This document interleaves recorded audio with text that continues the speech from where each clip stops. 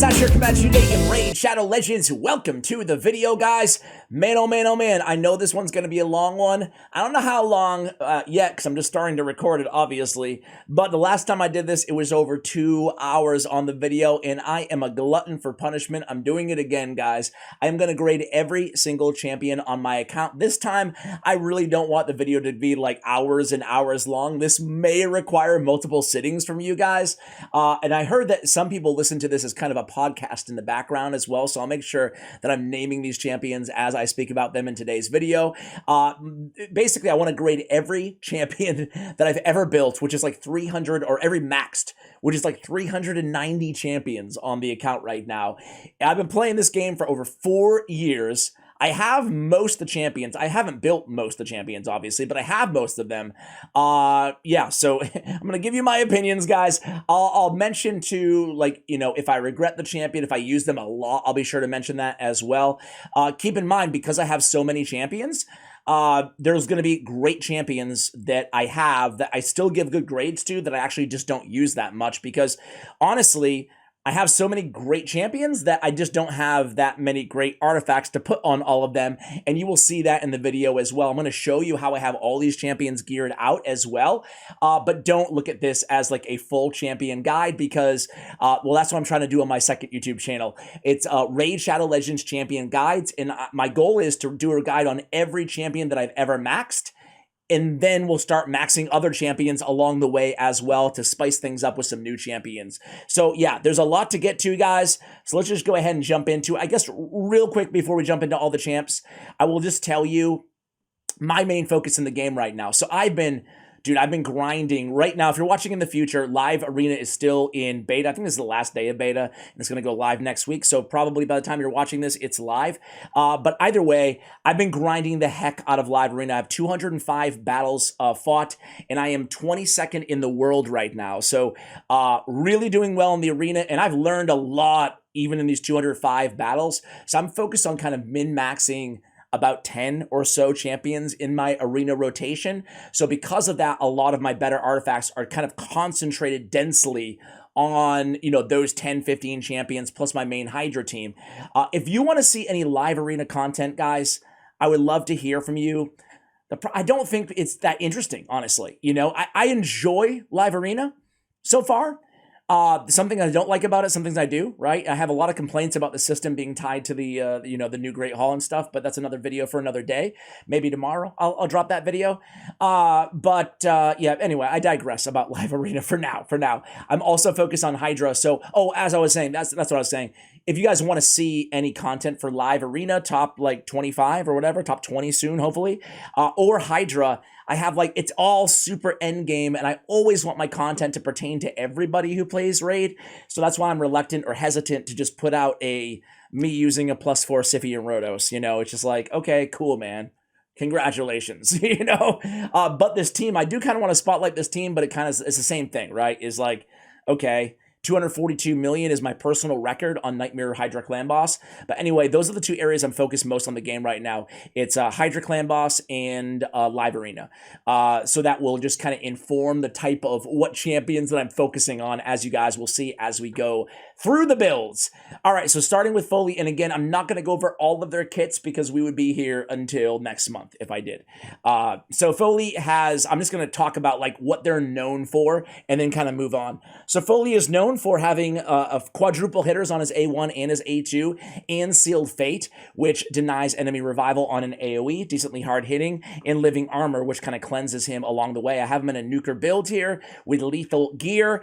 Not my best gear. I actually don't use Foley outside of Faction Wars right now. He's not in my main rotation, only because I use a Nithwi Blood Twin instead. But either way, his stats are really solid. He has attack percentage on his boots, and as I mentioned, lethal and, well, half a crit damage.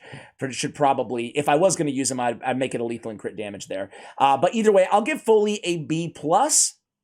I'm going to try to be a little bit harder on my grading today. I would definitely book Foley though if if in need of his services like Fire Knight and Arena. Dracomorph. Dracomorph is still just one of the better debuffers out there. I use Dracomorph in Faction Wars and in Clan Boss. He's my debuffer. But I have 3 fully empowered, fully ascended, awakened, champions. Foley, Dracomorph, and Mashald. So Dracomorph is one of them. I use him in Faction Wars and in Clan Boss. That's it right now. It's crazy because, all 3 of these champions, you'd think I'd use them more given how OP they are, given their full ascension and blessings and whatnot. I keep saying ascension instead of awakening. Sorry about that, guys.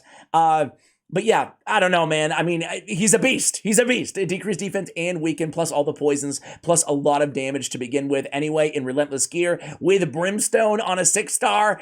It's weird. I tried him in Hydra, but he's just out-damaged so easily by champions like Michinaki, So that's why I don't use him in other areas. Otherwise, I would, but I'm still going to give him an A because he's still such an incredible debuffer. Just because, again, it is going to be a recurring theme here. Just because I don't use them in a bunch of different areas doesn't mean they're not good.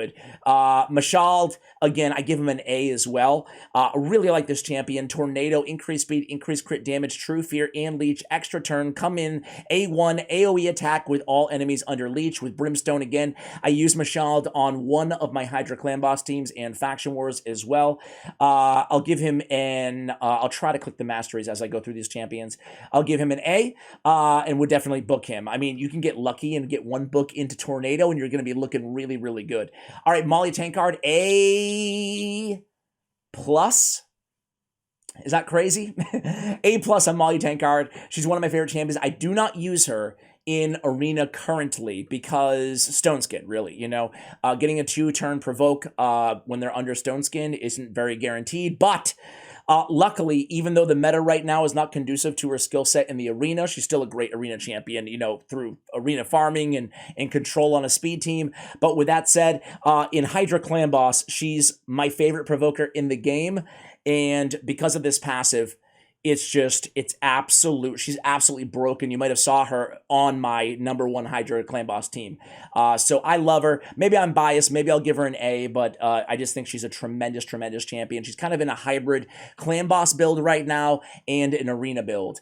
All right, we have Yoshi the Drunkard. I'm going to give Yoshi a B+. For my money, again, I don't have him fully geared out right now, but he's in the remnants of a Stone Skin and speed set. I still think he's the best setup for a bomb champion out there in the entire game for the arena.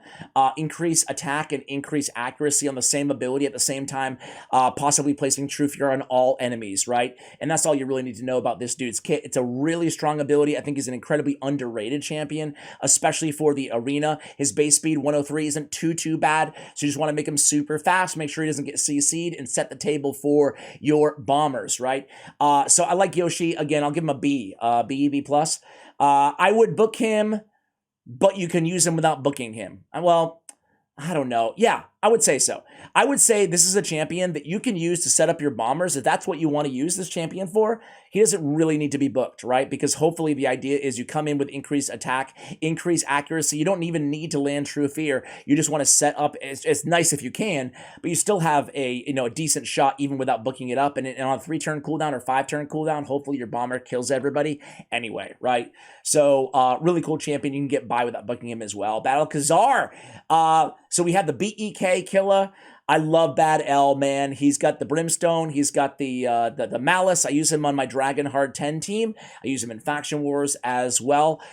Really, really fun champion. I used him on. I use him sometimes on my Fire Knight Hard. No, not Fire Knight Hard. That would be dumb. What the heck? I use him in another area as well. I'm just drawing a blank as to where, but pretty cool champion. Obviously has great poison synergy. I think I use him still on my Ice Golem 10 hard team as well. That's where I use him. Anyway, I have War Master, kind of a basic set on him. I'll give him an A. I love having the cleanse and the poisons. Just a really, really simple kit, but extremely effective. I have him in Relentless Gear. I like him in Relentless or Reflex. Next up, we have Jintoro. So Jintoro is a really good clan boss champion, but for me, for my money, I think he's a very limited skill set. I think he's faction wars and clan boss. I don't use him personally. I use Draco instead, but he can put out some big damage, and he can also place decreased defense and weaken on his A2 on single target 3-turn cooldown. And then he has this really crazy ability where it will attack 5 times instead of 1 on the 4th time that he uses the skill. So again, against clan boss, he's really, really good. A lot of damage. If I didn't have a fully awakened Draco, I would probably use Jintoro. So I'm going to give him a B. But again, that's only because he's just so niche to me. I don't think his skill set translates as well as a lot of other champions in other areas of the game. All right, we have Nethril. I think that, oh, by the way, on Jintoro, though, I will say, I would want to book him, right? I would want to bring this down to a 3-turn cooldown. Nethril, I'm a big fan of Nethril, man. I mean, I remember when I started playing on Nethril, I remember everybody just talked about him as a one-dimensional poison damage dealer on the A1. I don't even know why, because the rest of his kit is so good. He's got an AoE with a stun, 75% chance, got a decreased speed as well if they're not under stun, and then, which is great against bosses, right? At least he's bringing something on this ability if they're immune to stun. And then we have Bat Swarm, decreased turn meter by 75%. Both of these are on a 4-turn cooldown. I give Nethril a B+. I think he's a great control champion with these two. I mean, decreased speed, stun, and turn meter by 75%. It's really, really good. Great for a triple hitter poison dealer as well. We have Tomb Lord. Tomb Lord I have in a solo build, regeneration and immortal. I run this dude. Sometimes I'll run him in solo runs or duo runs, just kind of farm food overnight. Primarily, though, I run him in Fire Knight hard, right? One of the best Fire Knight hard champions out there because he's a triple hitter on the A1, decreased speed, and then he has all those poisons, right? 4 poisons if the attack is critical on a 3-turn cooldown. He's also bringing a AoE, decreased defense, decreased attack, and decreased turn meter on his A3. I can't believe they gave this dude a buff. I put Phantom Touch on him just for an extra hit, really. It's weird to have a legendary with Phantom Touch, but again, it's all about getting that shield down with Tomb Lord in the way that I use him. So again, he's in regen and immortal. You can go ahead and check out his masteries there as well. I'll give Tomb Lord an A. I think he's a really, really good champion. We have Siphi the Lost Bride. So we get the +4 Siphi and the +4 Rhodos. That's how I was able to get top 20 or whatever, 25 in the live arena, guys. I have Siphi a very not unorthodox. That's overstating it, but I love, it's weird. I always try to talk myself into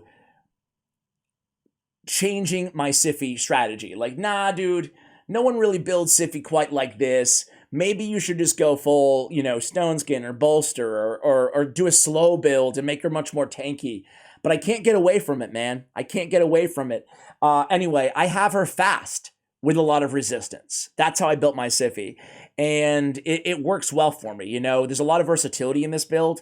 So 333 on the speed and 712 on the resistance, 70k, almost 6,000 on the defense. So a little light, to be fair, on the defense for a Siphi, but it still gets the job done. So we have fully ascended on most of our artifacts here. I'm not going to show the entire build, obviously, but we do have a lot of resistance, right, on the chest, on the banner as well, and on the masteries. So I really love this build. For Live Arena, it works like a charm, and I really love Siphi the Lost Bride, man. She's, even after the nerf, bringing this from a 3-turn to a 4-turn cooldown, this ability is still amazing, and she has one of the better revivals and team synergy with Rhodos in the game in terms of companion champions. So I'll give her an A+.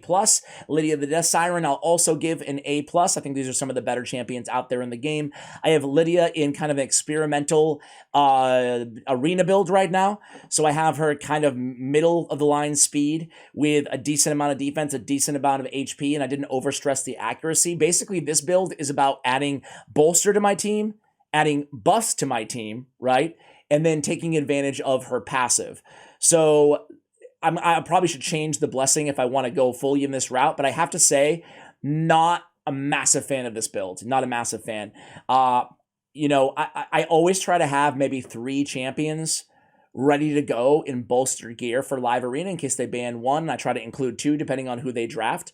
But Lydia, it's just not, it's not the build that I should use on Lydia, I think. I think it's better to go something else. So she is my most recent +4 fully empowered champion too. So I was like, okay, how can I really get some cool use case out of her. Just not really working in this build, but either way, I think she's a tremendous champion. She's still used for me as a Seer activator because of this ability, adding buffs to the table and debuffing the enemy team simultaneously. So A+, is a tremendous champion overall. We have Baron.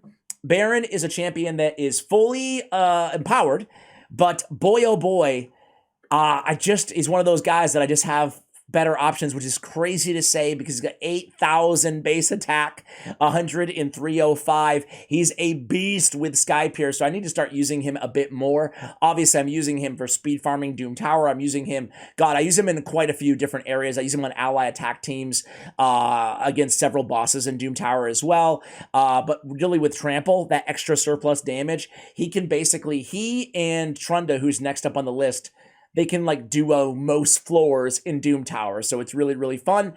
In Soul Reap as well on the Blessing. So yeah, man, Baron is an absolute monster of a champion. Of course, 100% ignore or 50% ignore defense now since they changed it on the A3. Hence me putting him in the lethal and obviously Helm Smasher build with Arena Masteries here as well. So I'm going to give Baron an A-.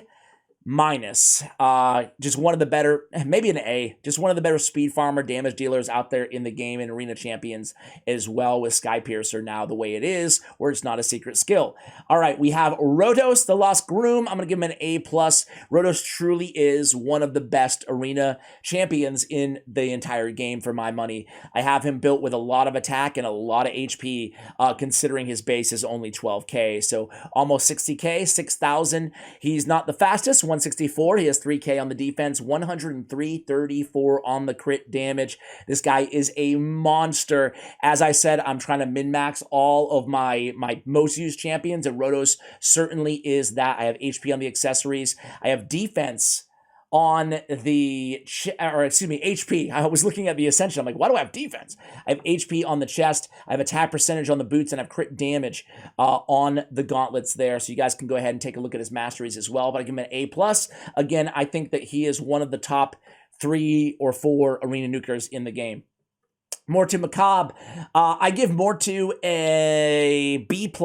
That probably will shock a lot of people out there because he's a great champion, but in live arena, or on arena defense, he's really, I don't think he's that good in live arena or on arena defense. He's situational, right? I think he's better on arena offense for like classic arena because he's so easy to work around. I feel like for most players, you have at least one nuker who's not an AoE nuker, and if you don't, if you're probably being frustrated by Mortu Macabre, right?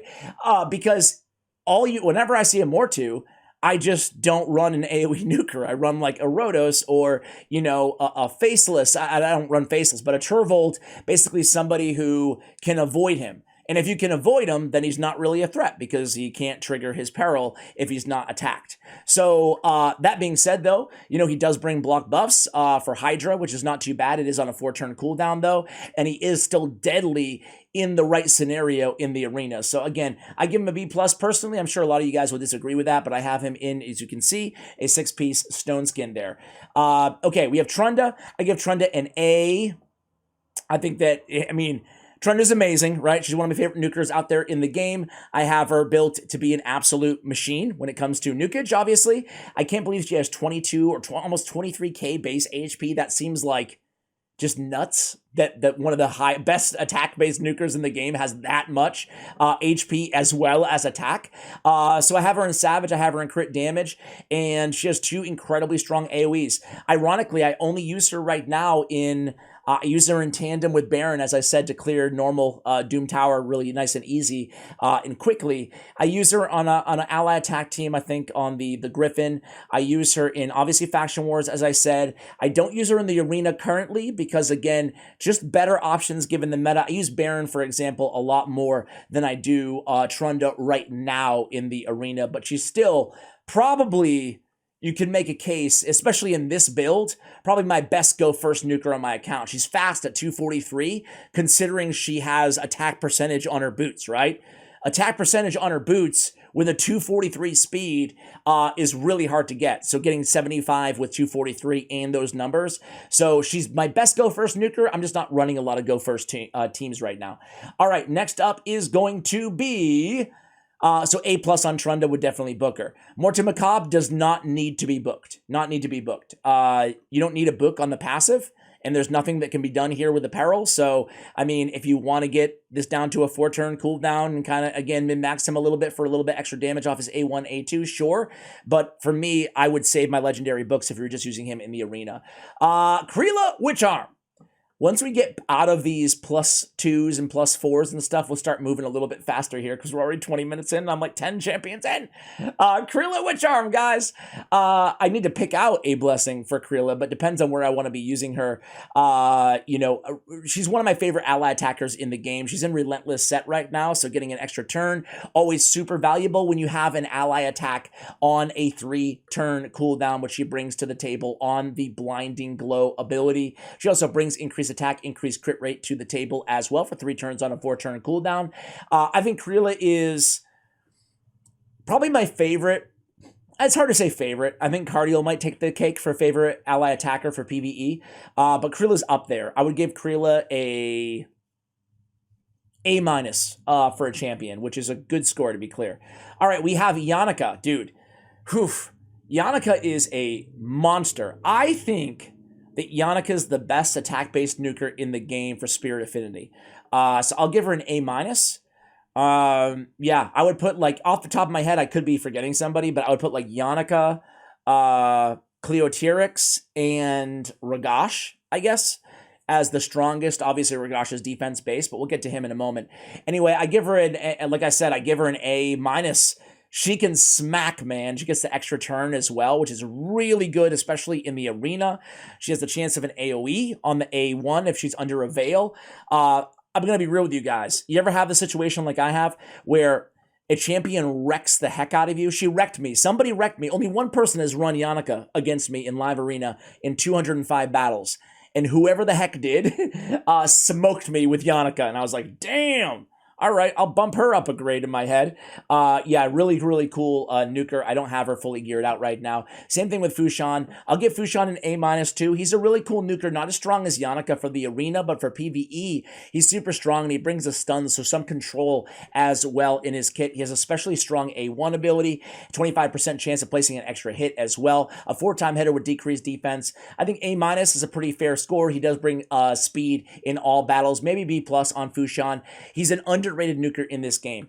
We have Lysandra, the queen of speed, as I so call her every time I mention her name on the channel. So we have her kind of fast. She's only built for me right now for Dark Fae. So I use her on my main Dark Fae team, which is really important because I'm always trying to farm Dark Fae on Doom Tower every single day because I want that lethal gear, right? So yeah, we have her in just basically all speed gear, and she doesn't have my best speed gear on her, but she has a lot, you know, of my maybe second or third best speed gear on her. So I will give Lysandra, because of her amazing ability to exhaust, pun intended, and to energize, pun still intended. She's great at turn meter manipulation with her A2 and her A3, not to mention the increased speed. Just one of the better speed and control champions in the game. So again, I will give her an A. And Nithwi Blood Twin, I'm going to give him an A-. That might shock some of you guys, but he's really grown on me. It's easy, I guess, when he's a 5-star blessing +3 ascended Nithwi Blood Twin, but this guy is an absolute maniac in the arena, so I have him built very slow with a lot of attack. I could stand to get a little bit more crit damage on him. The whole idea, though, in the way that I use him is I usually pair him with like a Nekret the Great. That way, he can get a lot of his kills off this hard-hitting A1 vis-a-vis ally attack, right? So I put him with, you know, a Cardiel or a Nekret. That way he has protection because he's pretty squishy too. But the cool thing about him is on Final Doom, enemies killed by this champion straight up cannot be revived, and it synergizes with Soul Reap. Some other champions, its enemies killed by this skill cannot be revived. But in Nithwi, it's enemies killed by this champion. What does that mean? Why does it matter? Because on a champion like Foley, if I kill somebody with, you know, Soul Reap on a Soul Reap proc, so the Grim Reaper, on his Sealed Fate ability, it won't deny revival. It won't work because it's not killed by the skill, it's killed by the Grim Reaper. But any of the abilities on an Nithwi, if the Soul Reaper comes in and kills the enemy, right, HP threshold of 14%, it will deny revival because it's technically still killed by this champion. Hopefully that makes sense. I didn't know that, until I had the blessings on both those champions, but I think it's really cool. So they upped his multipliers a little bit, and all you have to do basically is just sit around, protect him, and wait for him to kill, the enemy team, even if it takes a while. As long as he's killing them, then they're never going to come back. Unless they have a Lydia on their team. All right, so I'm going to give Nithweed, like I said, maybe a B+. He is still pretty niche, to be fair, to the Arena and to maybe Ice Golem. Gaius the Gleeful. Guys, is really cool, man. Bombs are starting to perk up in the meta, especially live arena meta right now. Gaius is my favorite bomb champion. Second, my favorite PvP bomb champion, my second favorite bomb champion. I'll get to the first in a little bit here. But obviously prioritizing his accuracy and his attack. Accuracy could stand to be a lot higher, but when I use this champion, I use him with Yoshi the Drunkard. I build Yoshi faster than Gaius, and they both come in really quickly. He gets the increased attack big version and increased accuracy big version, helping him to make sure that he's landing those bombs. And I use him against like Stone Skin champions, right? Obviously. So Gaius, I really love this champion, man. He's bringing the sleep, and he's bringing the bombs with the bomb detonation, and the bomb detonation again when he, or plays bomb placement when he dies, which is really cool. Instantly detonates all bomb debuffs on all enemies whenever he's killed. So I like Gaius. I'm going to give him an A-. Really, really, when we're talking about bombs, again, he's the king of bombs for PvP. All right, so I would definitely, I'm sorry, guys. Basically, I would book all these, you know what? Book the legendaries who I talk about unless I say not to. How about that? Let's do that. So I would book him, and needless to say. Wither the Crowned. So I have her in a strange kind of solo regeneration immortal. It's actually not a solo build. It's a duo build because her and Walking Tomb Drang on my Ice Golem 10 hard team, the two of them end up soloing the Ice Golem, the only two alive on the party. Everybody else is Seer and Seer activators. They all die, and then she keeps basically, she helps to keep, Walking Tomb Drang alive. So I have her in a very niche build. This is the only area Ice Golem that I currently use her, but she's one of the best healers in the entire game. She's got an AoE leech, she's got an increased defense, she's got increased duration and instantly activates continuous heal. She's cleansing, and healing as well on the A3. I will say, heals all allies by 30% of this champion's max HP is a very big heal. It's one of the better heals out there in terms of an AoE in the game that is not one of those equalize the HP. Those are generally the best heals out there, but very, very incredible champion. I'm going to give her an A. I'll reserve my A+ for the best of the best of the best, but she's a very, very strong champion. Definitely worth booking as well. And the books nicely just go right down to that cooldown, right? On the A2 and the A3. That's how it ought to be, huh, guys? Isn't that how it ought to be? All right.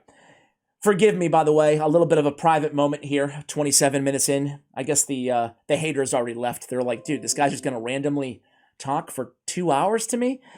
I was trying to quit Monster energy drinks, and I'm having a little bit of a relapse. I tell you guys that because I'm dying for a sip right now. So, 2-second intermission.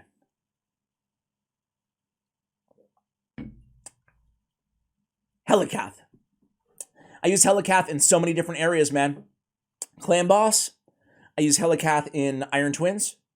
I use Helicath in so many areas I can't name them, right? In Nether Spider, right? But on my main teams, like irreplaceable, right? So for me, that's a lot. And I think I'm using him in a couple secret rooms in Doom Tower as well. Very good champion. I love that he ignores shield and block damage on his A1. It can be, this is like the most low-key awesome thing about this champion. I'm sure anybody who has him can understand what I'm talking about. There's just so many stupid waves in Raid Shadow Legends where there's just an annoying rare epic champion or whatever who has like a block damage on, and you're like, dude, and you're sitting there autoing into it for 20 minutes, and you come back and you look at your device and you're like, what's going on? At least Helicath can stop those shenanigans, right, with his A1. I really love that about him. He has a shield based on defense, and then he has the block damage on a 4-turn cooldown that gets replaced with an increased defense. I mean, this dude's an absolute monster of a champion. He's my favorite block damage / unkillable champion in the entire game. I give him an A+. Yeah. Is he my second A plus champion or my first A plus champion? I think I was. I gave it an A plus to Sify and to Rotos as well. All right. Anyway, moving along. So I love Helicath. Moving along, we have Ray. Ray, I will give a B to. She's known for having an AoE on the A1, an AoE on the A2, an AoE on the A3 with buff removal. She's a very effective nuker. Not super meta right now, but still a very, very good nuker. I don't have her in, I don't even know what I have on her for a build here. I think I was trying her on a blender team, so that's why she's so slow. She probably has attack percentage on the boots. She does. So yeah, a really good blender champion, because she's going to come in, as long as she's positioned early on the team, she can come in and have a 50% chance of placing decreased defense, 55 if you have the sniper mastery. So she can, like, if you have Fokker and the Fat, right, as your ally attack champion in the arena, or any ally attack champion, right?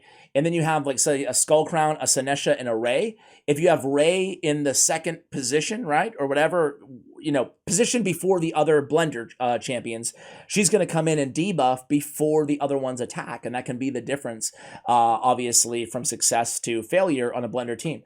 So I'll give her a B. Really solid nuker, good multipliers, good overall damage potential out of that champion. We have Ninja.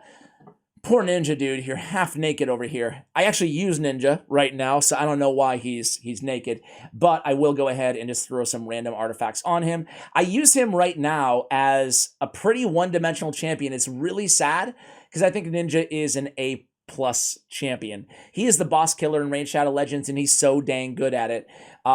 He's just amazing. But right now, he is relegated to basically soloing or duoing Sand Devil for me. And that's a big job for my account, because that's where I'm spending a lot of my energy.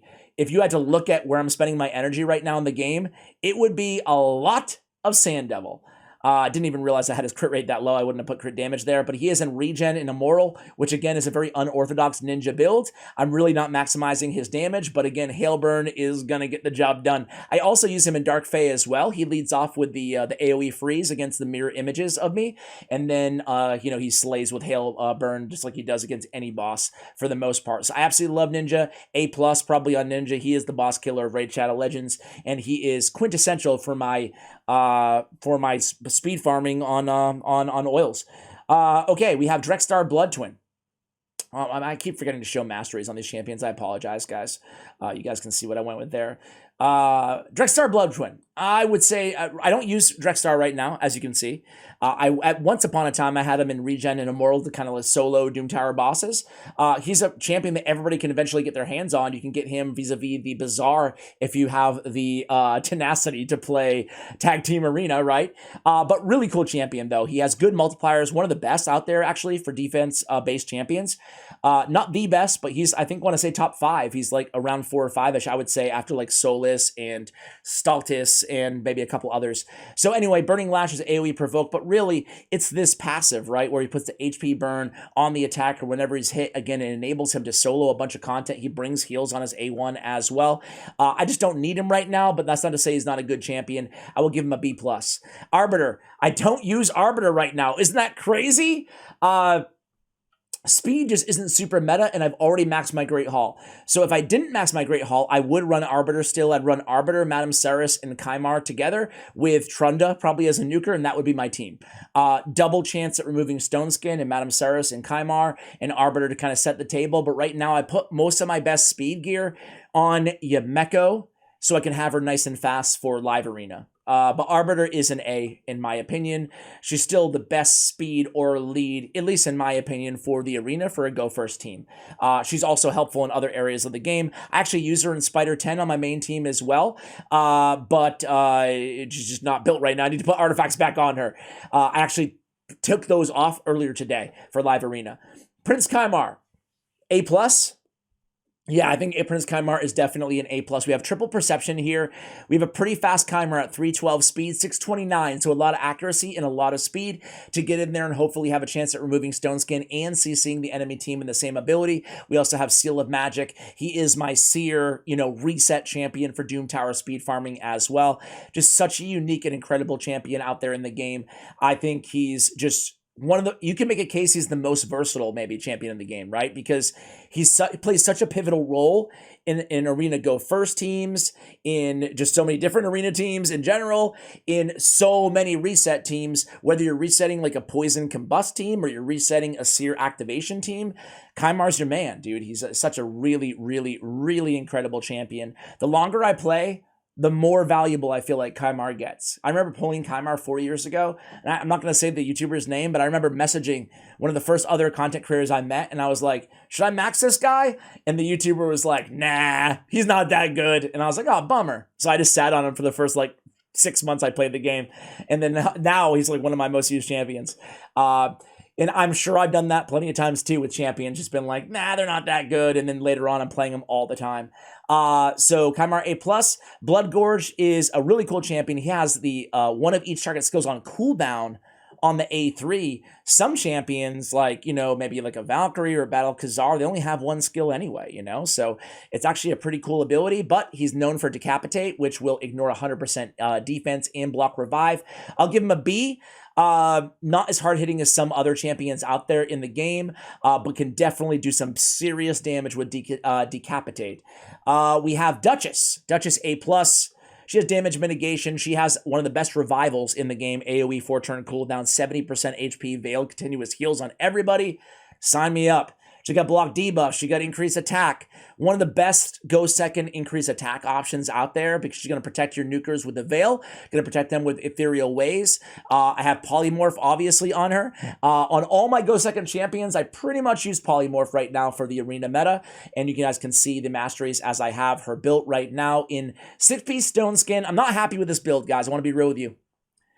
I don't use Duchess much in live arena right now. I use her a lot in regular arena. I'm not liking I'm not liking this much speed on a stone skin champion. Doesn't make that much sense. I have her pretty tanky at 6k, but there's not enough resist to be a resist champion. There's not enough speed to be a speed champion, and there's not enough defense and HP to be like an absolute tank. So what am I trying to do here? I'm trying to do a little bit of everything, which usually is a fail. So I don't like this build. I'm going to be taking this off her eventually here, but that's how I have her. She is an incredible champion. I use her in Hydra as well. Okay, we have Archbishop, so A+ on if we didn't say that already. Archbishop Pinthroy. You guys know I love this champion, man. I talk about him all the time. The Birdcage. It's my man, the Birdcage. He's such a cool champ, dude. He looks aesthetically very cool as well. I only use him in Hydra, but boy is he unbelievably good in Hydra. I'm going to give him an A-. Has an increased accuracy on a 3-turn cooldown. I mean, to start with, that's an amazing ability, right? Just starting right there. Increased accuracy on a 3-turn cooldown. Even Lady Kimmy doesn't bring that. It's on a 4-turn cooldown, He brings a block buffs on that same ability. So for Hydra, you're getting block buffs and increased accuracy on a 3-turn cooldown, and then you're getting increased defense, and then you're getting a great heal, and then you're getting a shield. He's bringing so much to the table. I really think he's an absolute beast of a champion, and I love him in Relentless Gear. A-, worth booking for sure. Skartosis. So I don't use Skartosis. As you can see, he's not fully equipped. I always try to talk myself into Skartosis, though. I'm always like, wait a second. He's got great base stats, right? 20k, 13, 109. You guys ever have a champion like this that you're just you kind of eye them up, and you're like, wait a second. This is a pretty good champ here. I'm going to make some use. And then you put all your best gear on them and you're like, oh, all right. That's my experience with Skartosis. He's stealing buffs on the AoE on the A1. He's bringing increased attack, increased crit rate. And then he's got the cleanse and turn meter fill depending on how many, buffs were removed or debuffs removed. I don't know. Cleanse, turn meter fill, and the heal there. It feels like he should be better than he is, but I guess, let me just put it this way. I don't want to hate on the dude. I'm going to give him a C+. Sounds like I'm being a hater. But for me, as cool as his kit looks to me, whenever I add him into any team that I have, I tried him in Ice Golem, I tried him in Hydra, it's always a little bit slower or a little bit less damage. He's never value over replacement, just from my experience. So, cool kit, but just doesn't translate for me. So I hate to be a hater, but Shemnath. I don't use Shemnath, but boy, I wish I did. That's kind of a weird thing to say, right? Why don't you just use him, Ash? Just doesn't quite make the cut. value over replacement again. But I love Shemnath. I did a guide on her on my Raid Shadow Legends Champion Guides channel recently, and man, she really impressed. I love the idea that you're removing buffs on the first hit, and then you're ignoring defense on the second hit. The problem with her right now is Polymorph and Stone Skin, right? We have one shot at removing Stone Skin. If we miss it, I mean, we might be screwed, you know? And then we have a lot of shots at getting turned into a sheep. So that's the problem right now. She could be used in Hydra, but is it he or she? It's a she, right? He? She. Statue of Liberty is a she, so it's a she. And she has flowers everywhere. I think it's a she, not to judge people who like flowers. Don't want to get canceled here on my 2-hour-long marathon. But yeah, guys, that's the problem with her anyway. And Hydra, again, just not enough damage, even though I like the kit, you know? So I will give Shemnath a B+. B+, very cool kit, could be useful in the future, could be meta in the future, just not right now, but you can definitely get utility out of her for sure. Mithrala Lifebane, I'll give an A+. One of my favorite champions in the game, definitely worth, you know, focusing on Hydra to get your hands on Mithrala Lifebane. Has an AoE Hex, increased defense, increased attack, a cleanse, a strengthen, and a shield.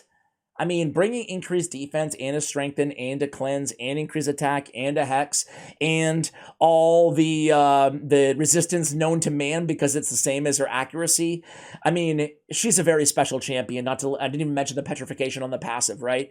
So I have her with a lot of accuracy, 759. So she has like 1,000 resistance, just insane stuff here. To me, she's up there with like Kymar, right? In a different way, as being one of the most versatile champions who can help you literally everywhere in the game. Her base stats are crazy good, very fast. Nothing bad to say about Mithrala, A+. Definitely worth booking. Solis. So Solis, technically speaking, is still the best, the hardest hitting defense-based nuker without conditions. We'll talk about why when we say without conditions, when we talk about Stalthus Dragonbane a little bit here. But we have Wave of Despair hits really, really hard, has a provoke. And then Reign of Terror hits incredibly hard, increase the duration of all debuffs on the target, and places a provoke on enemies as well. Damage increases by 10% for each debuff on the target. I guess that's conditional too. But just the sheer multiplier is a tiny bit higher than Stalthus.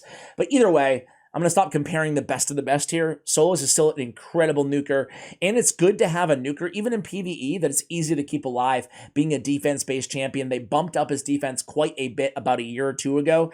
He used to have a lot slower defense and a lot slower speed. So after the buff, he's definitely a really, really good Void legendary now. I'll give Solis a B+. Glacia Soul Guide. Oh, Galicia. This is one of those champions like Scar Torsus that I always try to talk myself into. I was like, okay, I'm going to bring in Galicia, my anti-Yumeko, my anti-Warlord champion.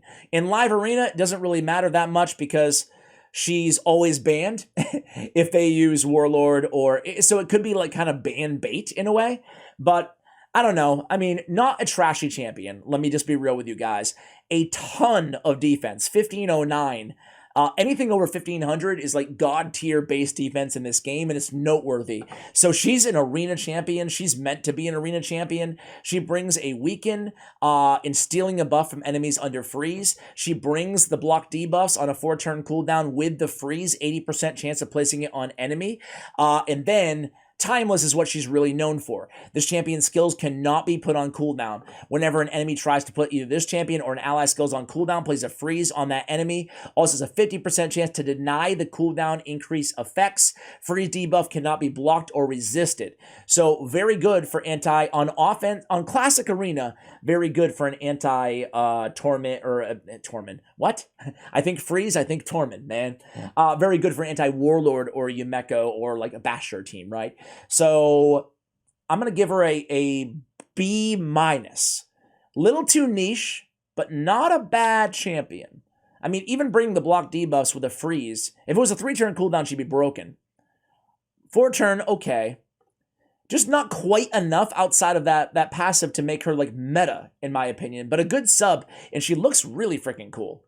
Like, I don't know what it is aesthetically, but she's one of my favorite looking champions. Low key, you know? So I have Polymorph on her as well. Maybe I should play her a little bit more often just for that Polymorph, right? on the 4-star blessing. Okay, next up we have King Garage. King Garage has dude, he's like the worst champion of the game. Not really. I'm being hyperbolic. The thing about this dude is multipliers suck, man. He fakes you into thinking that he's going to be amazing, and he doesn't hit hard enough to be a good nuker. That's his problem. So I'm going to give him a D. I'm going to give him a D. He's like, we're going to ignore 20% of target's defense, another 5% defense for each buff on the target. To me, he should be, especially on a 5-turn cooldown, this ability, to me, could be one of the best nukes in the game right now in this meta, where there's usually like 10 buffs, not really, but usually 4 buffs on each champion on most of the arena meta teams right now. As you get higher, and so like this should be doing so much damage, but it just doesn't. So it's kind of a bummer, but there it is. Brackus, not everybody can be an A, right? Brackus the Shifter. Brackus is pretty good. He's really got a lot of raw damage. He's got a 6 times hitter on Full Moon Rampage. Has a really hard-hitting Hunter's Howl, then he revives himself when he dies. I'm going to go with a B. I'm going to go with a B on Brackus. Good for Clan Boss and really sneaky good for Arena as well. We have, and don't mind the Toxic set. I have no idea why I have that on him, honestly. Contra the Cyclone. Whew. I'm so biased here. I only use Contra in one spot, and it's in Hydra. But she is alongside Molly. I mean, they're the dynamic duo. I run them on the same team. I love this champion so freaking much in Reflex, guys. In my heart, she's an A+, but I'll give her an A-. I'm probably being a little bit too kind. But she brings all these debuffs, right? And then this passive is just really one of the strongest in the game. She's decreasing enemies' accuracy for each debuff they're under. She's receiving less damage. She's healing herself. She's placing a provoke on enemies with 5 or more debuffs at the start of her turn. And then she can place debuffs on weak hits too, right? I mean, just an incredible, incredible champion. Maybe B+, but I really love my Contra. I did a guide on her, like highlighting this Hydra build as well on my guides channel if you guys want to check that out. I will make sure I link that for you guys in the description in the pinned comment below. Lanicus the Chosen. I don't use Lanicus right now, but I actually think she's kind of underrated, believe it or not. I wish I used Lanicus a little bit more. I will give her a B+.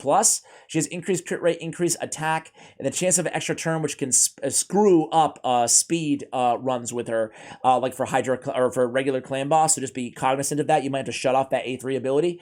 She does have the ally attack, but that also has the increased duration of all ally buffs by 1 turn, which is a really, really good ability. Very underrated, which makes her one of my favorite ally attackers for regular Clan Boss, because you get kind of that increased duration a la Krisk, a la Godseeker Aniri in her kit as well. So again, I'll give her a B or a B+, good ally attack champion. Angar! You guys know I hate this champion, right? You longtime viewers know I hate Angar. I don't know, man. He's got a provoke, an extra hit if they're under a provoke, and then he's got a provoke. Nah. I mean, the passive is good. Dude, this guy is the worst Void legendary. Not really, but he's up there to me. He's up there. He needs a buff so badly. He's not a trash champion. But I submit that if this guy was a Void epic, he would be like, okay, a pretty decent Void epic. Like, all right, He wouldn't, I don't know. That's my opinion. I'll give him a D. Champion most in need of a buff, I would say like Angar and Azure. I'm a big fan of buffing Voids because they ought to be good. They're Voids. I mean, it costs $1 million to pull these freaking champions. Skull-Lord Vargal. Skull-Lord has some of the best base stats in the game. 27k, 1300 on the defense, a lot of speed, 107 as well. I don't use him right now because I'm good on provokers, but really he's got this 2-turn. Now this is a provoke, right? It's on a 2-turn cooldown. He's got a strengthen on himself. He's got an AoE decrease attack on a 3-turn cooldown as well. He was a joke when he was introduced to the game. There was really no good use case for him, but now I think he's a really solid champion. He can also like solo in areas now against Scarab King with the horrific foe if you put him in regen in Immortal. So a lot of ways you can use him now. I'm going to give him a B+. Okay, next up we have Harima, A+. I might be alone on an island here. I don't know. But I think she's top tier arena, like one of the best nukers in the game, one of the best defensive based champions in the game. She brings so much to the table. I think she's an incredible champion. I have her super tanky, 7,200 on the defense, and then 100 and 250 on the crit rate, crit damage. I'll show you how I have her built. I have defense percentage on the boots, defense percentage on the chest, and crit damage with some HP to boot on the gauntlets. We have her in a savage and 1 stone skin. I say this all the time, but if you're going to have broken sets on a champion, might as well make it a stone skin or protection set. Just get the one piece bonus, right? 8%, I'll take it, right? So really love this champion. Really love this build on this champion. Again, it's a nuker build, but she's so tanky too because of that defense. So I love her. I mean, this passive, right? Enemy ignore defense effects. Enemy ignore defense effects are decreased by 50%. Champions from Demon Spawn Fashion can't even inflict a critical hit on this champion. I don't know why, but some people attack her with Mortu Macabre, and I'm like, dude, it's Demon Spawn. What are you doing? They waste the peril on Harima, which is great. Purgative Punishment increases her defense, decreases the targets, and then an AoE provoke can't be blocked or resisted if champions are from the Demon Spawn faction. Cannot be blocked means that if they have block debuffs up, it will ignore block debuffs, right? That's a very powerful extra ability to have there, especially against Duchess, right? So I think Harima's an incredible champion. Just really good damage dealer who's easy to keep alive. A+. Canderfawn, A. You can make a strong argument that the Candyman is one of the best AoE go second nukers, or go first nukers for that matter. Butcher's Glee does a ton of damage, grants an extra turn and resets the cooldown if you kill an enemy with it. And all this Veil synergy just makes him an absolute monster. He's putting the Veil on himself as well, a protected Veil that cannot be removed. Just great multipliers. Used to be one of the worst legendary champions in the game, now one of the better legendary champion, or Legos, I guess, in the game. I don't use him right now, so ignore all of these stats, please. Thank you. When I do use him, I don't have him this slow, but I do use him slow in the same way that we talked about with like Baron earlier on a Nekrit the Great team. Basically someone who can protect him and get more attacks with his very hard-hitting A1. Punish Hubris is... God, it's going to be like top 3 or 4 hardest hitting A1s in the entire game. It might be number 1. It's up there, though. So, like, harder than Phoenix's A1, you know? Very good multipliers. So, with an ally attack champion, like the next dude on the list, Nekret, you can't go wrong. So, I'm going to give an A to Candyman. I'm going to give an A+ to Nekret the Great. He's one of the better champions out there. Sure, people think Arena with this champion because of the because of Arise My Minions. 3 passives, man. 2 passives. Block, debuffs, and strengthen and ally protect for 6 turns at the beginning of the turn. Ally protect is protected, so basically it will keep your nuker, your squishy nuker alive, right? And then he has the ally attack with anybody under ally protection. Very good champion. I have 2 of them built. 6-piece stone skin, nice and slow, and a lot of defense. Nice and tanky. Some resistance too. I'm actually thinking about taking some of that resistance off. Nah, I like having the resistance. I don't want stone skin to be removed. Anyway, okay. So A+. Great champion. And you can use him in PvE too. I know we've been like really arena focused and Hydra focused because I told you that's where I'm focused right now in the game. But this is a guy that you can just sub in anywhere and you're going to be looking really good in PvE content in terms of keeping your team alive. And, you know, you won't lose a ton of damage because of the ally attacks as well. Raglan. I think that she's been power crept a little bit. She used to be like one of the top ranked Void legendaries in the game. Now I'm going to give her an A-. Still a really good champion. She has a revival on a 2-turn cooldown with a full turn meter. That's special. It's the best single target revive in the game for my money. And then she has this Mercy, right? Removes all debuffs, then heals them. The heals are proportional to her attack. Which actually does matter. If you scale her attack a lot, you can get a big heal out of that A2 ability. So I don't use her right now, but doesn't mean she's a trash champion. Again, A-. I think she's a really good champion. Great aura as well. Just a single reviver. I mean, if this was a 3-turn cooldown, To me, she would go right back to being one of the best champions out there. But right now, if we're looking for a cleanse, we really want that to be on a 3-turn cooldown, you know? Anyway, so Raglan, I think she's definitely still worth booking. I mean, Miracle, you can take it from a 3 to a 2. Nice and easy, right? So A- on Raglan. Jirigid the Breaker, aka the Nutcracker, I'm going to give him an A+.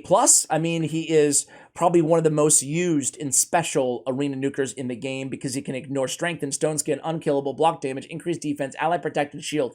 Ignoring stone skin especially with a very hard-hitting attack that grants an extra turn. Come in here, March of Tin, AoE attack that does a ton of damage, 30% turn meter reduction that cannot be resisted.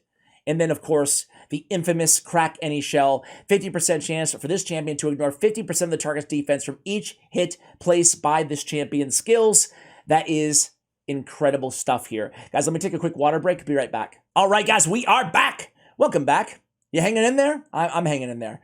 All right, so Jirigid, we'll give him a, we'll give him an A. We'll give him an A. Just incredible nuker out there. Okay, Ursuga Warcaller. Dude, I think I use her a lot more than I feel like most people who have her use her. I think Ursuga, tomato, huh? I give her an A. I'm tempted to even go A+. I think she's incredible. I have her super tanky here, 7,000 defense. But most importantly, I actually had her at around 8,000 defense with better gear, better accessories on her. But I took away all her accessories to put her in bolster with triple reaction, right? And bolster and triple reaction just makes her one of the most formidable tanks out there. So I went with an attack ring because that's all I had. But the triple reaction in a bolster set like this, she's an incredible champion. Let me see. What do I have here? A little bit extra defense. Can I min-max a little bit? Oh, man, I got to get back to the farming, guys. Got to get back to the farming. Womp womp. Anyway, I love her, guys. She got the ally attack with a strengthen on herself on a 3-turn cooldown. And the ally attack on all allies lasts for 3 turns, which is really, really great. But Golden Guard is what she's known for. Decrease the damage all allies receive from critical hits by 30%. This champion received that damage instead. And I went like to the extreme with damage mitigation. Selfless Defender and Bulwark as well. Really, really love Ursuga. So A. Michinaki, A. One of the better Hydra clan boss damage dealers inside the entire game. And again, it's another defensive champion who does a lot of damage, who's easy to keep alive.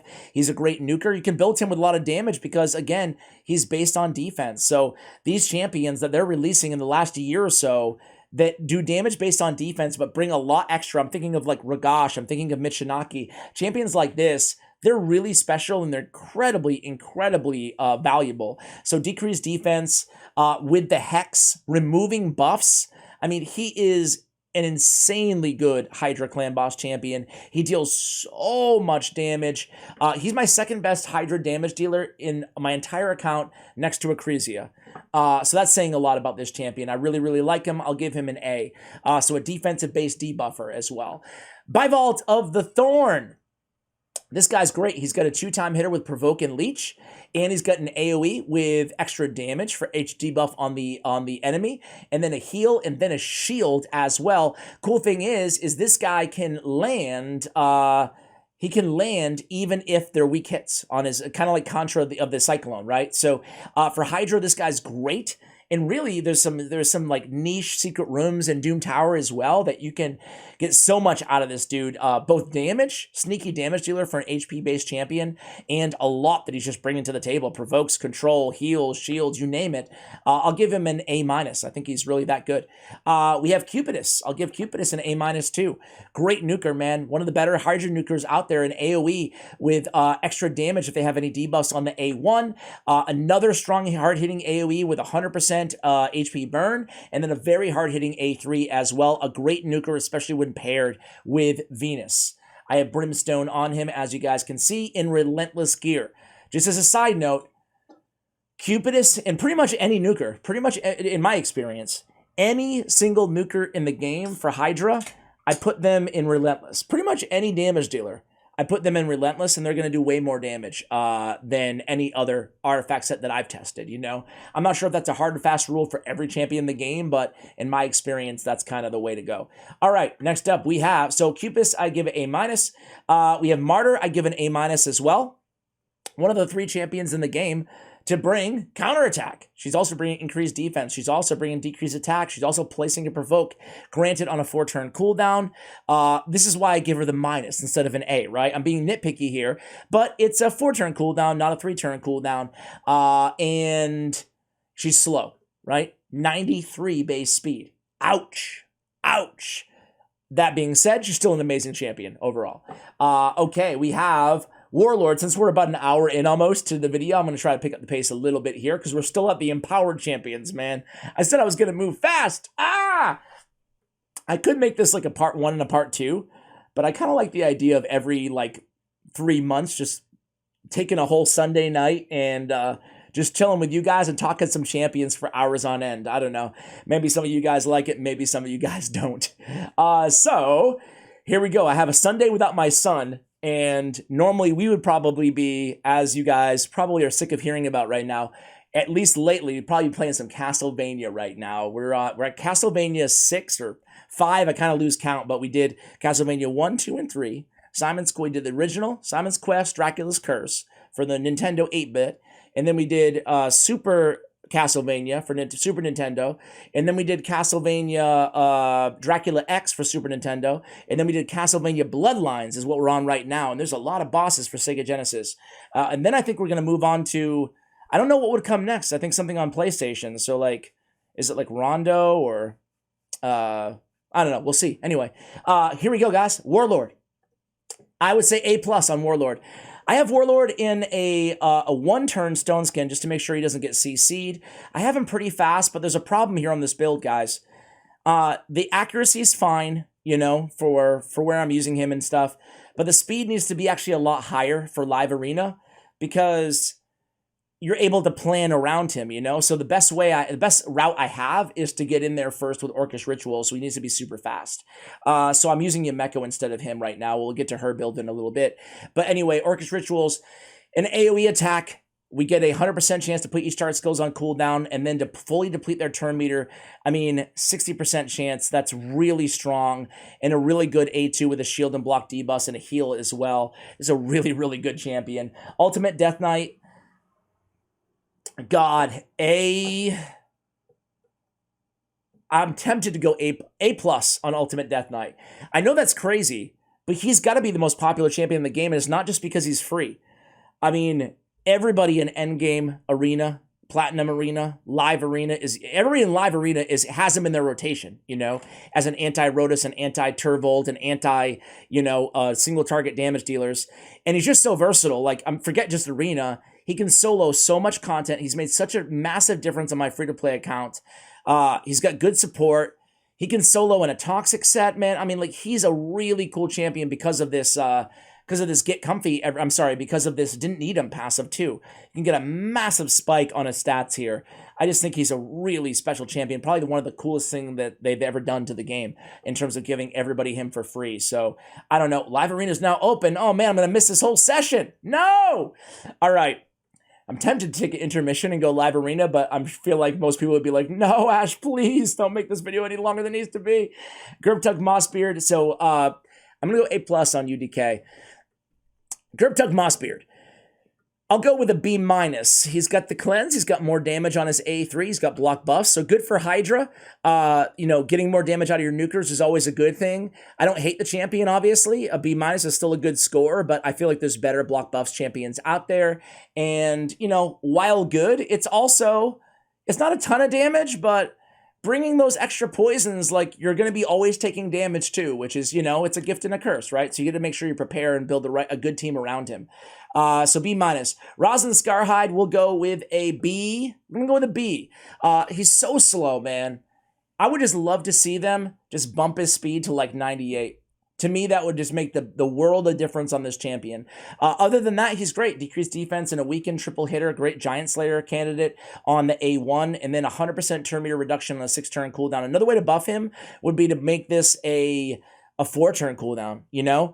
Honestly, making it a 4-turn instead of a 6-turn, or it's a 7-turn unbooked.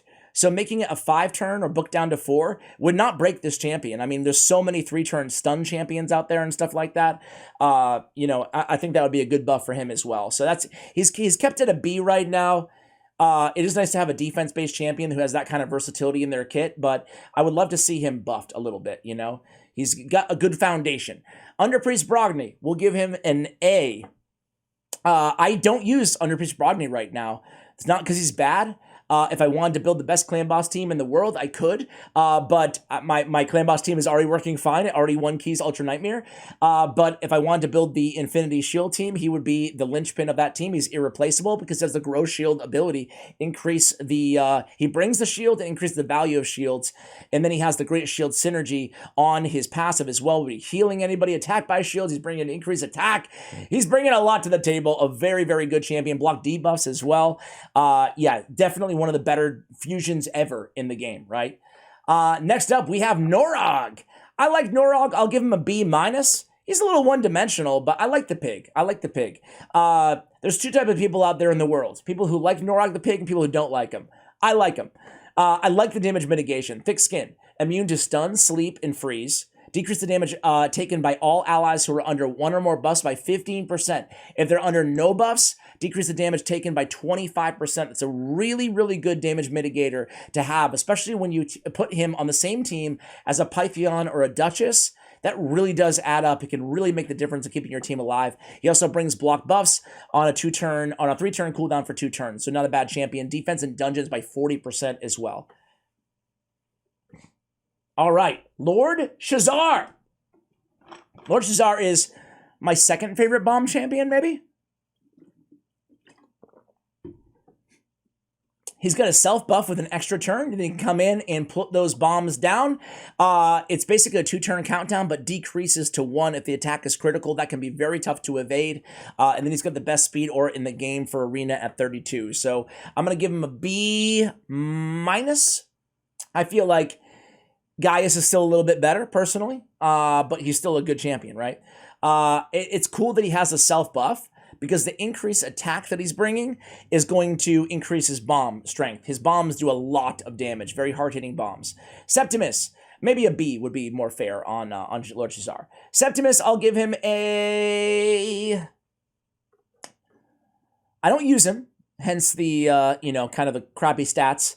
I do have him in Reflex Gear, which makes a lot of sense, right? Only 1 active skill, so decreasing the cooldown of Holy Sword, which is the best single target enemy max HP in terms of damage ability in the game. I would argue Cold Hearts is actually better because of the turn meter that she brings to the table, but in terms of damage, Holy Sword is it. So I love him in Reflex Gear. I guess I'll give him a B+. If you're looking for enemy max HP single target, he's your guy, right?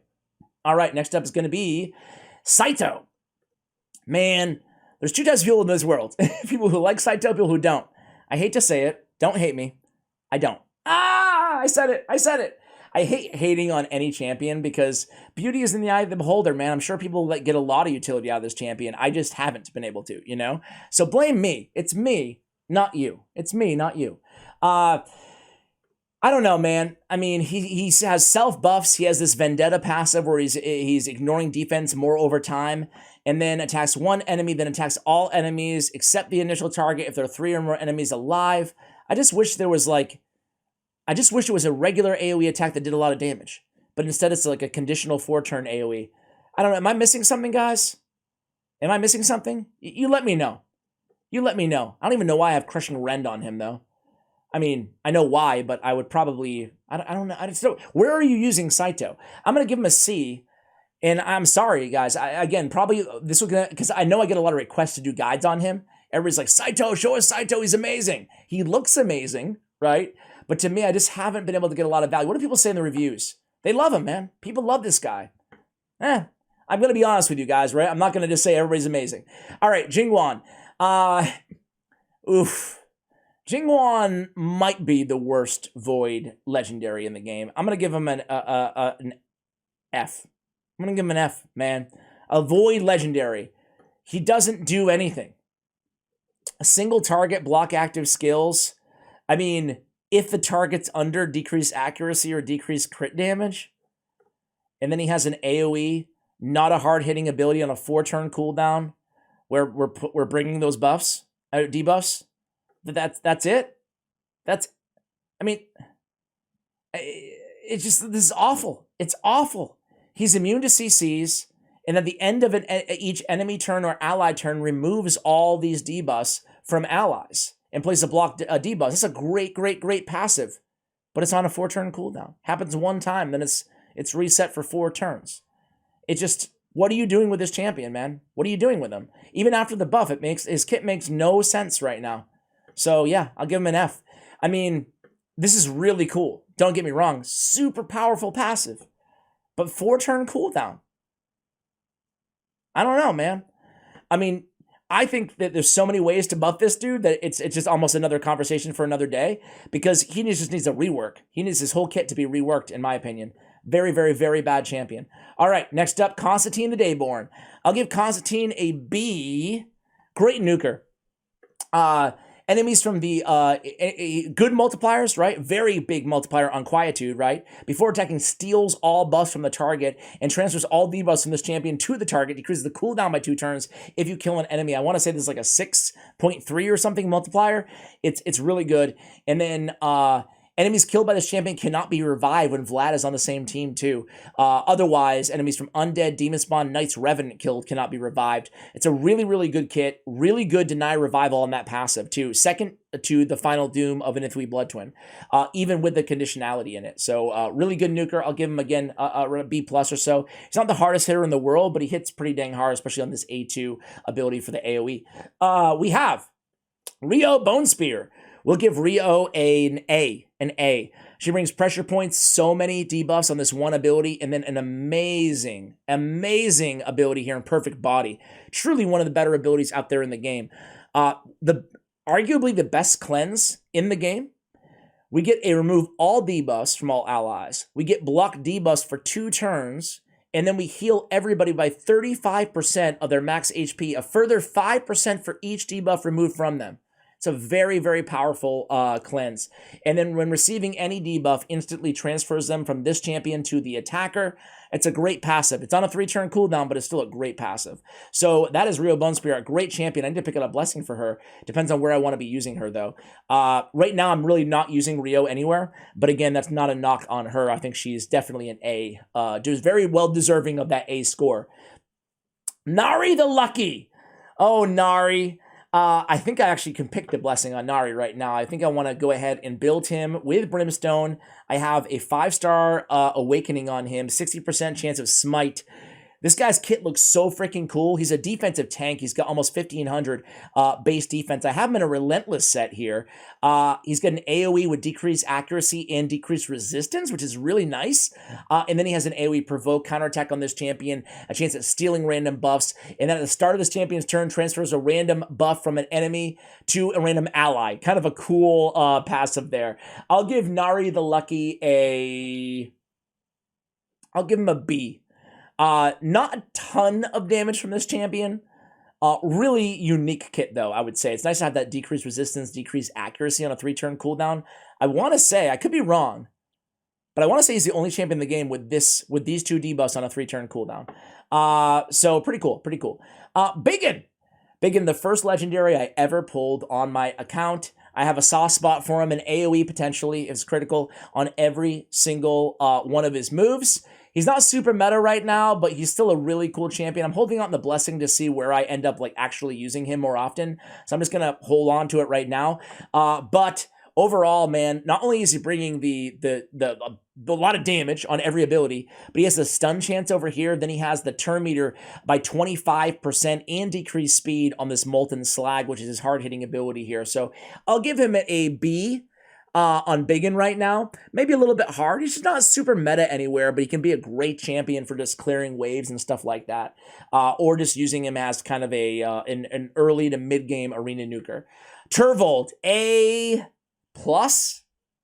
I'm going to be by A. I'm going to give him an A. Sorry, I'm getting a little out of control here.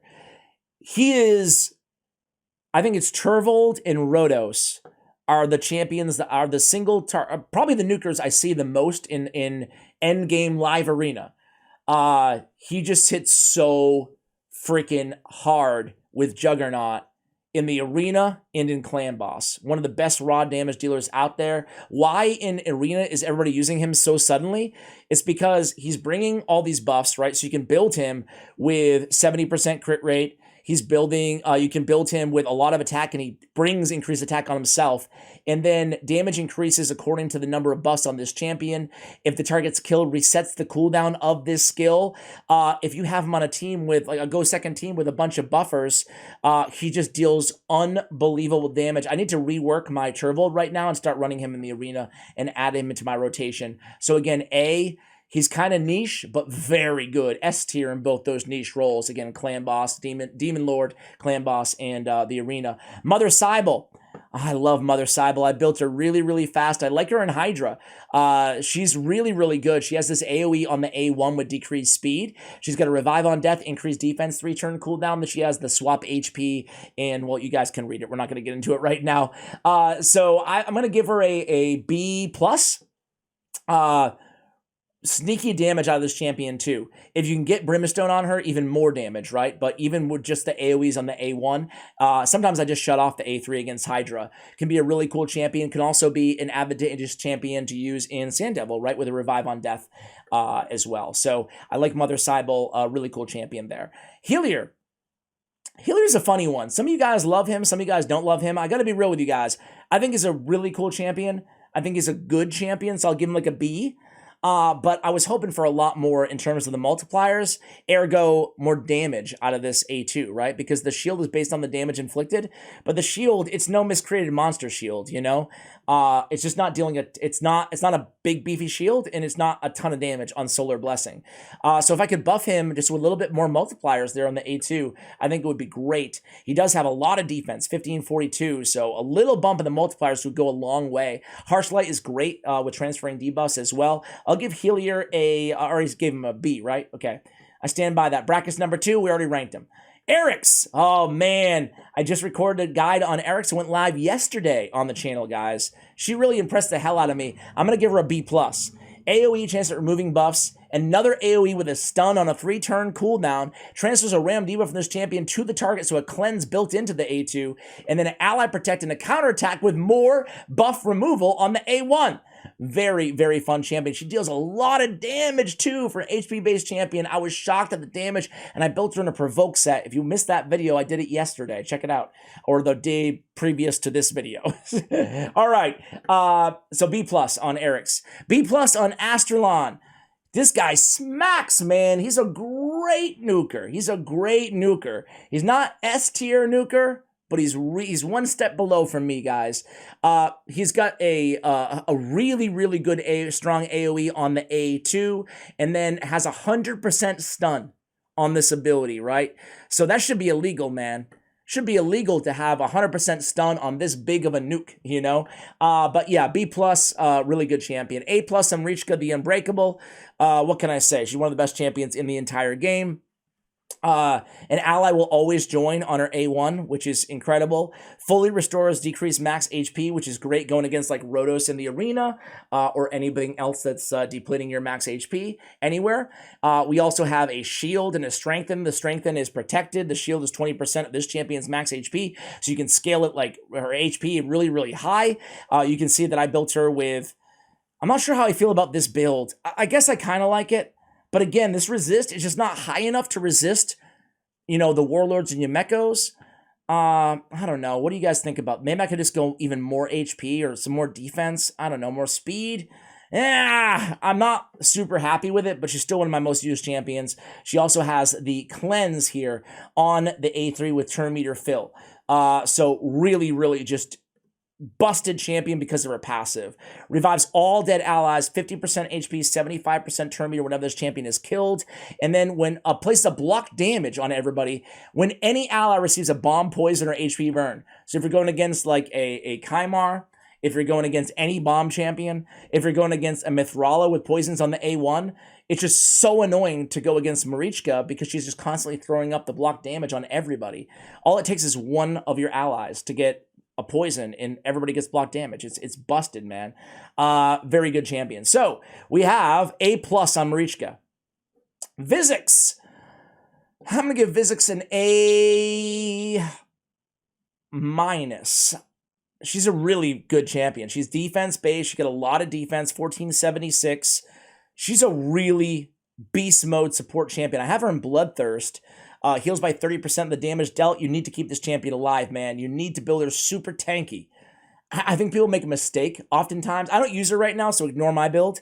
I think people make a mistake in building this champion, A, with not enough HP. Like, I would want her at least above 60k, right? For almost every, even mid-game accounts. And then some defense on her, too. Because she just takes so much damage, man. I said this before about her. An AoE decreased speed. She's got ally protection on a 3-turn cooldown. She also has provoke on a 3-turn cooldown. She's only bringing a shield, not even a great one, you know, for herself to keep herself alive. Thus, putting her in Bloodthirst, if you're going to build her for some damage with 100% crit rate, is a good idea to keep her healing up, or just building her to be absolutely a monster of a tank with a lot of HP as well, because she's going to take a lot of damage. That being said, she's a great champion, right? She's a really, really good tank for your team. So A- on her. Eros the Soul Cage, A- on him. I did a guide on him on the Raid Shadow Legends Champion Guides YouTube channel, where I basically made the case that everybody thinks he's a great solo champion, but he's much more than that, man. He can solo. I think he's the best solo champion for Doom Tower bosses in the game. He can solo several of them, specifically Scarab King in Immortal and Regeneration gear. He is my main Scarab King solo champion. I just run him. It's so easy. But he also brings Strengthen, a big version, and Ally Protect on a 3-turn cooldown. He also has an AoE here with decreased speed, with enemies under poison, a stun with enemies under 3 poisons. So he's got a really, really good kit, and he's got good base stats, a lot of HP at least, as well. So I'm going to give him an A-. We have Chromax Moonblood. Dude, I hate this champion. He's up there with worst legendaries in the game. I'm going to give him an F. We got a decrease attack. We got a block buffs on 1 target. And then we have an AoE provoke on a 4-turn cooldown. Dude, there are so many epics in the game. Skaramis comes to mind, who are light years better than this champion. It is the worst kit. It's awful. He places Hex when he's attacked. Like, that's cool, but oh man, he needs a buff so badly. F, F, F, F. Chromax Moonblood, avoid at all costs. Sissy of Flame Tongue. Sissy is a beast, man. HP burns for days. She's placing them. She's getting an extra turn as she places all of them. She's instantly activating them. She's bringing weaken. She's bringing decreased defense. A-. One of the better rod PvE damage dealers out there, especially for Hydra or obviously for Spider as well. Spider 25, she's a beast. Okay, we have Manaya. Manaya, I built but have not used. Thus, the no masteries, thus, the no artifacts. I really want to build a Manaya Coronar team, but so this is going to be, I just want to give you a heads up if I haven't used these champions, because I haven't used quite a few of them as we get down the list a little bit more here. But man, she looks pretty cool, right? She's got the massive heals this champion and the lowest ally by 10,000 HP, which is kind of random. Also has a heal reduction on enemies, and then she has a heals all allies 40% of their max HP. Big heal on a 4-turn cooldown though. Block debuffs. I gotta say, her kit does not. I'm just gonna be real. Her kit does not blow me away unless Coronar's on the same team, right? Because then they're a dynamic duo, and she's got like the lover sacrifice synergy is really nasty with both of them on the same team. What you get out of Coronar is so much more beefed up as well. So I'm gonna give her, it's probably unfair, but I'm gonna give her a B-, because in a vacuum, she's just okay for me, you know, just okay. Okay, next up we have Thea the Tomb Angel, another one that, man, like on paper, she should be busted with Hex Reaper, right? Attacks all enemies. It could be one of the sickest multipliers if you have Hex on the entire enemy team in the game, but it just doesn't translate, man. It doesn't translate with Thea. She needs another buff, in my opinion. I'm going to give her a C-. Might be too harsh on this champion, but I could name a billion other nukers I'd rather have than Thea the Tomb Angel, unfortunately, although she looks really freaking cool. All right, next up we have Rhonda. Help me, Rhonda. Help me get her out of my heart. Sorry, guys. Yeah, you didn't know this video was going to come with singing, right? Extra bonus for you guys. Another reason to thumbs down this extra long video. So, Rhonda's amazing. A beast at Fire Knight, a beast in dungeons, a beast in early game arena, a beast in late game arena. I'm going to give Rhonda an A. I'm I'm going to give her an A. She's a really, really good champion. She also brings the block passive skills, which is so hard to find outside of Ramen 2 Drake's Blood, right? So very, very good, very heavy hitter. See her quite a lot in endgame live arena as well, and I use her in early game arena on my free-to-play account. So I love me some Rhonda. Sigmund the High Shield, we're gonna give him a B+. Great support champion, great provoker too. He has a provoke on AoE, right? Also brings decreased attack on the same ability, 3-turn cooldown. The downside is it's only a 75% provoke. Really like to have that 100% on this champion. However, that being said, he still brings the big version of Strengthen on a 3-turn cooldown along with a great shield based on 30% of his max HP. So you scale him to have a ton of HP. This build, I don't use him that much right now, so kind of ignore exactly what I have here, but I think he's a really good support champion. Just help her keep her team alive in multiple areas of the game. Lady Kimmy, A. Tempted to go A+ on this champion, but I'm going to go A for now, you know, maybe A+. She's a really special champion. She's one of the fastest champions in the game with 115 base speed. I think that puts her like top 5-ish. She's got the decreased turn meter on the A1. She's got an AoE, Flurry of Petals. She brings a decreased accuracy, decreased speed, and then increased accuracy, increased speed on a 4-turn cooldown, along with block buffs and buff removal. She's just insane for Hydra. This Imperious, I'm not going to read it all off, but this is like the most underrated part of her kit. This is why you put her on a team, and you're like, why is this team so much better? It doesn't feel like she's doing that much, more than whoever you replaced her with. It's because of Imperious. Just a lot of turn meter fill all over the place, right? Very, very good champion. It's not only because of Imperious, but very, very good champion. I love Lady Kimmy. I do use her a lot. I use her on one of my Hydra teams. I just had to borrow a piece of perception gear because I was min-maxing somebody else for the arena. So I do, don't get me wrong, on this champion, I should probably replace it right now with you guys. What do you care? You're already an hour and 20 minutes into this video, right? What do you care if I put a piece of perception gear on this? Protection? No. Perception. All right, let's not be too picky here. Let's just go ahead and put something. I don't want equipped. I want something that's not being used right now by somebody else. We'll put this on her. Gives her some extra speed, little bit of crit rate and defense, I guess, whatever. Not that we needed it. But at least we have that extra accuracy, which we need on this champion. So, love Lady Kimmy. A. Cleopteryx. I always used to call her Cleopteryx, and then someone's like, Ash, it's like pterodactyl, bro. I just did a guide on her on the Ash, the Raid Champions Guide channel, and yeah, that's where they corrected my pronunciation. So thank you again, whoever did that. She is my second favorite attack-based Spirit Affinity nuker in the game after Yannica, who we spoke about earlier. She does a lot of damage. I love that she brings increased accuracy as well before she places her hexes or fears if they're under hex. So I love that she has hex synergy in her kit, and she can just deal a lot of damage with the Feather Barrage and with the Sky Punishment. So a really, really good nukes out of that champion. I will give her an a B+.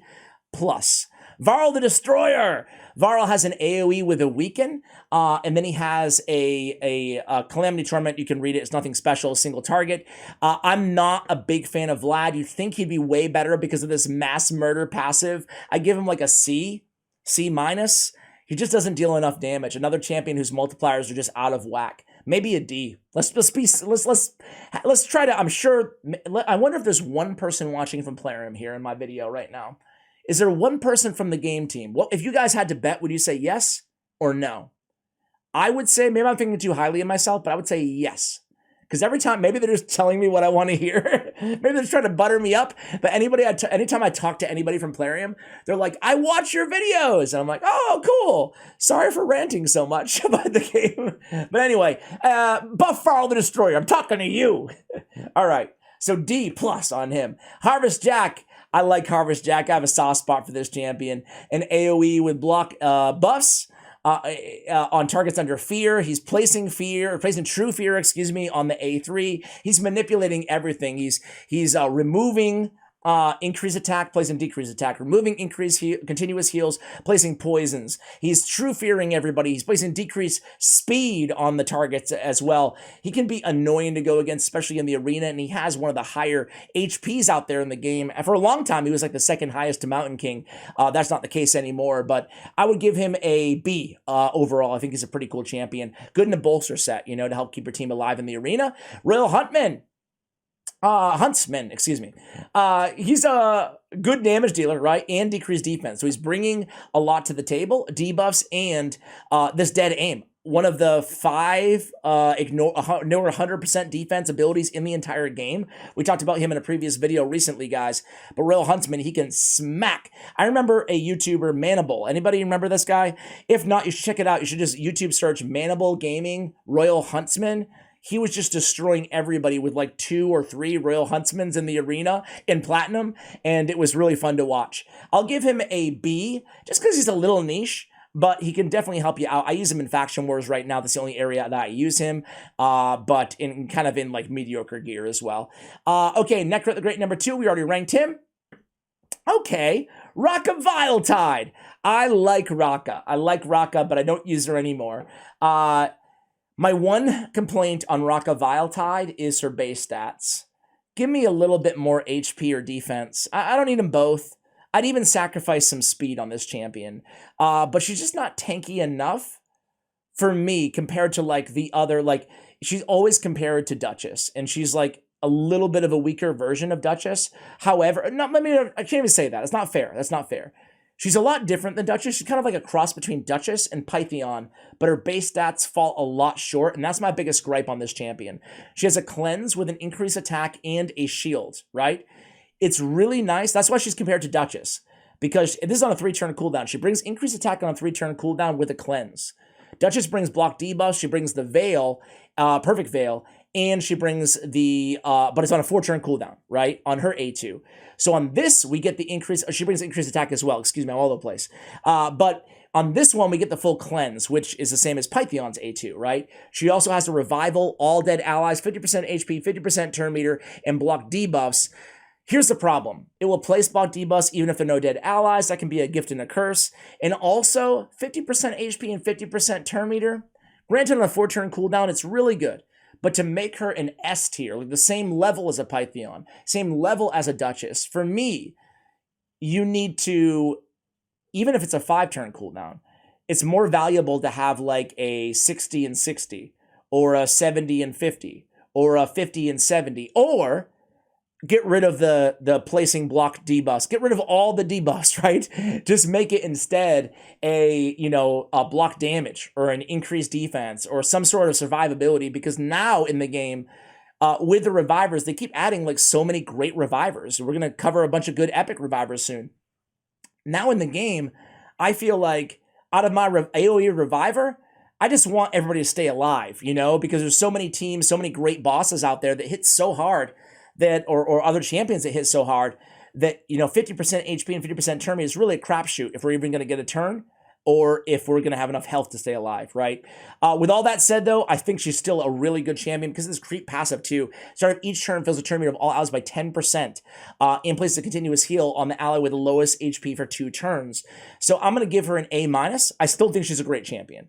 She's just not the level of A+ Duchess or A+ Pythion. Spoiler alert, I think that Pythion's also an A+. So again, really good champion. I had her in Bolster as kind of a setup champion for my, a cleanser / setup for like a Baron or something like that, But Duchess just does it a little bit better, frankly, with the Perfect Veil, so they can't be targeted. She has that protection built in, let alone the damage mitigation of her passive and the Perfect Veil. Anyway, not everybody has both those champions, so you can still get plenty of utility out of her as well. Hegemon, while he's not super meta right now, using Hegemon to farm your Great Hall is still an amazing strategy because you can pick and choose the teams that you go against, right? Also a good champion to go against when you don't think they're running Stoneskin or something like that, right? Always goes first every round, can lock out the enemy team, can build him as a nuker. I'm going to give him an A- only because right now he's a little bit niche to Arena, and right now he's just not, I haven't gone against any Hegemon team in a long time in either Platinum Tier Arena or in Live Arena. With all that being said, though, what 1% of the player base is in Platinum Arena, in Live Arena. So there's a lot more to the game than just that. So A-. Gomlock Skyhide. It's funny too, because I wanted Hegemon so bad for so long. And basically I got him right when Stone Skin was introduced to the game. And it's like, oh, okay, cool. Gomlock Skyhide. We're gonna give Mr. Gomlock a D. A D, man. Another underwhelming champion. Put him in the same category as Varl. A 2-time hitter with decreased defense and weaken, but it's a 4-turn cooldown. I don't know, man. 4-turn cooldown. Same thing with Roxem, who we'll talk about in a little bit. It's just, I'd rather have less damage, less complex of a kit. Like, give me a simple Stag Knight, as crazy as it sounds. Like, give me a simple Robar instead of a Gomlock Skyhide, Heck, give me War Maiden. Okay, maybe I'm being a little bit facetious there, but not really, I'd rather have a 3-turn cooldown on my debuffs, and other than that, he's just not bringing much to the table. So D, give him a buff, please. Countess Lix, another champion. She's naked right now, so you can see what I think of her. She is probably the quintessential champion that I look at and I try to talk myself into her being a monster. And I'm always somewhat let down. I hate to say it because she looks so cool. I think her kit reads so well, but I can't get her into any of my teams. Anyway, a triple hitter, except for I used her in Faction Wars before she was naked. A triple hitter with decreased speed, decreased target's turn meter on each hit. This is a really good ability on Myra's Misery. Triple hitter too. It's really strong. Time dilation, 5-turn cooldown. Also decreases the cooldown of all ally skills except this champion's by 1 turn with block active skills. It's a great ability, right? However, it just doesn't translate, I can't find a place to use her that's better than replacement. Even on my free-to-play account, I'm sure I would use her. Don't get me wrong. But my gut is, after trying to use her so many times on my main account here, my gut is that I would fall in the same thing where, like, I would definitely use her, but she wouldn't be like, I wouldn't use her for long. I'd eventually get a better option. Like, what is she trying to do for your team? She's a decreased speed champion, basically, and a little bit of control, but it's a 4-turn cooldown. I don't know. Anybody who uses Countess Lix all the time, go ahead and let me know. I don't hate this champion. She does have a good kit, and like I said, it reads incredibly well. I'm going to stop blabbing about her, but I'll give her a B+, which is still a great grade, because I do think she's a good... I want to be clear here. She's great, but it feels like she should be a little bit better. I don't know. All right, Ignatius. Ignatius, for a while, was like one of the most special champions in the game to have an HP burn that cannot be resisted, albeit on a 5-turn cooldown. But he was great. He could solo, the Ice Spider, or duo it with like another support Reviver champion. But now, ever since Walking Tomb Drain came out, if you have both of them, I think pretty much every situation you would probably go Walking Tomb Drain, because it's not like many people are using Ignatius as like an arena nuke or anything like that right now. Although way back in the day when I started playing, a lot of people did run him. A good provoke, but again, it's a 4-turn cooldown. It's a 75% chance, or 75, my bad. I can't add an hour and a half into a video apparently. But yeah, man, I think he's a good champion, interesting champion. I will give him a little bit of power creep going on. Not a bad provoke though on the A1 as well. I'll give Ignatius a B. I feel like this is fair grade. Nekmothar, A+. I think he is one of the best champions out there for PvE in the game, not just Hydra, basically anywhere. He's got increased speed, turn meter fill of 30%, grants an extra turn. And then he has an AoE decreased speed on a 3-turn. Eat that. What's her face? What's her name? Why am I trying to draw on a blank? I talked about her 2 seconds ago. Countess Lix. There we go. Sorry. But yeah, she's got the AoE decreased speed and the leech on a 3-turn. And the A1 AoE decrease attack. 75% if they're under debuffs. But yet it gets much better. Rune of Haste. Fills this champion's turn meter by 5% each time a debuff on an enemy is removed, transferred, or expires, man. Not just his debuffs. Every debuff.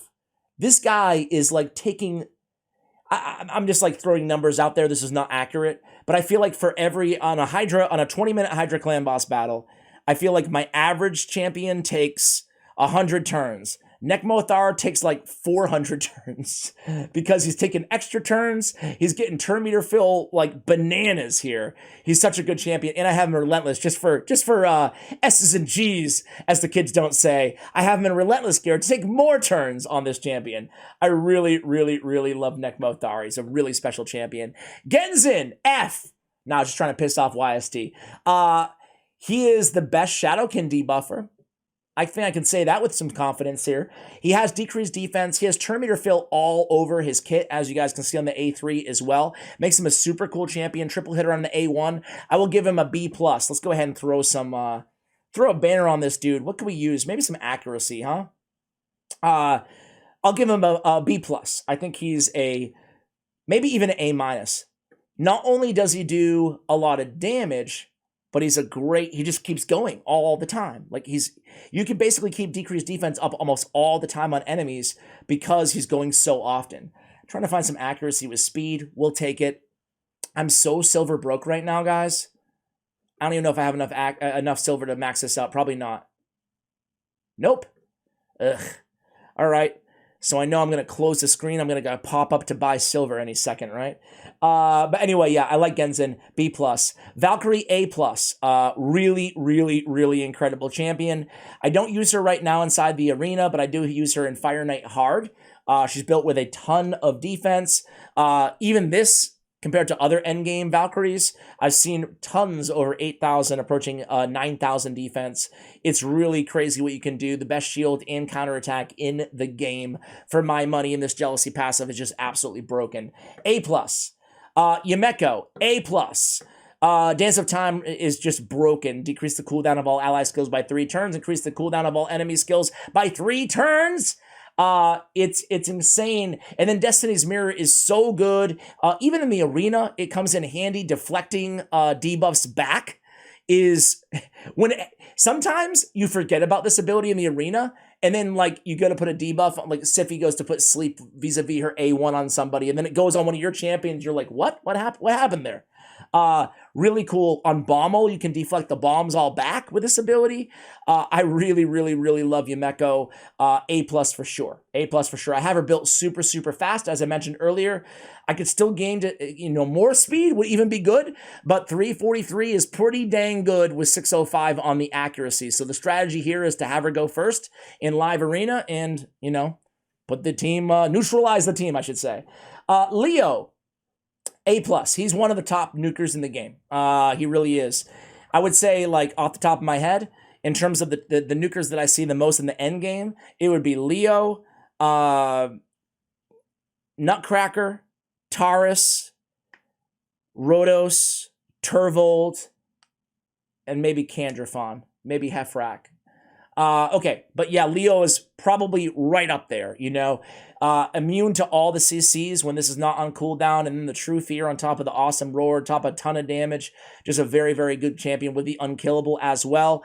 I have his legs off right now, his boots, excuse me, his legs. I have his boots off right now, but usually I build him, to be kind of a hybrid nuker on my team. I don't use him a ton though, just because I have +4 Baron and stuff like that, but it's more just to do with empowerment and stuff like that. The reason I don't use him a lot.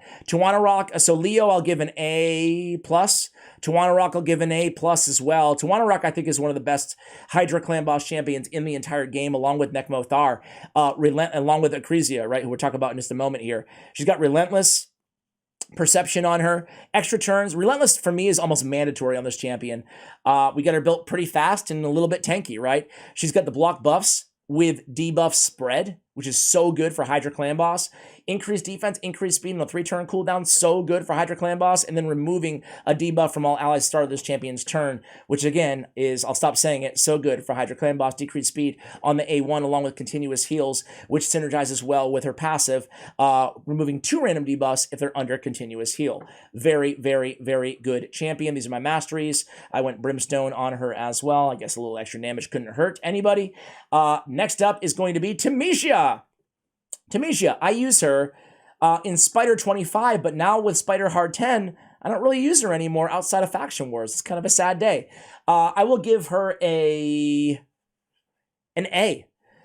Her claim to fame is a very hard-hitting A3 and an AoE attack, 3-turn cooldown, 100% stun on targets with 50% turn meter or more, 100% decreased speed on targets with 50% turn meter or less. What a great control ability, and an HP burn for 3 turns on a 3-turn cooldown. I mean, what else do you have to know about this champion, right? She has a really cool freeze HP burn synergy on her passive too. I think she's a really, really good champion. Did I grade her yet? Uh-oh. Losing track. I'm going to give her an A if I haven't. A or A minus.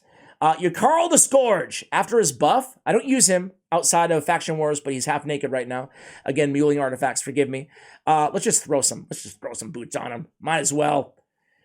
Ash, this isn't supposed to be you building your champions too, man. Come on, dude. All right, let's give him a little bit of crit. Ooh, he needs a lot of crit rate, huh? Do I have anything? I don't really have anything for you right now. You're Karl. Let's just throw this on you so you have a little something, right? Anyway, since they gave him a buff, he's actually a really good champion. You can farm him vis-a-vis your clan shop. He's got the freeze, 100%, and cannot be resisted by targets 75% turn meter or more. It's a really, really powerful ability. One of the best freezers, along with like Tormund, out there in the game now, and he does some serious damage too. We'll give him a B+.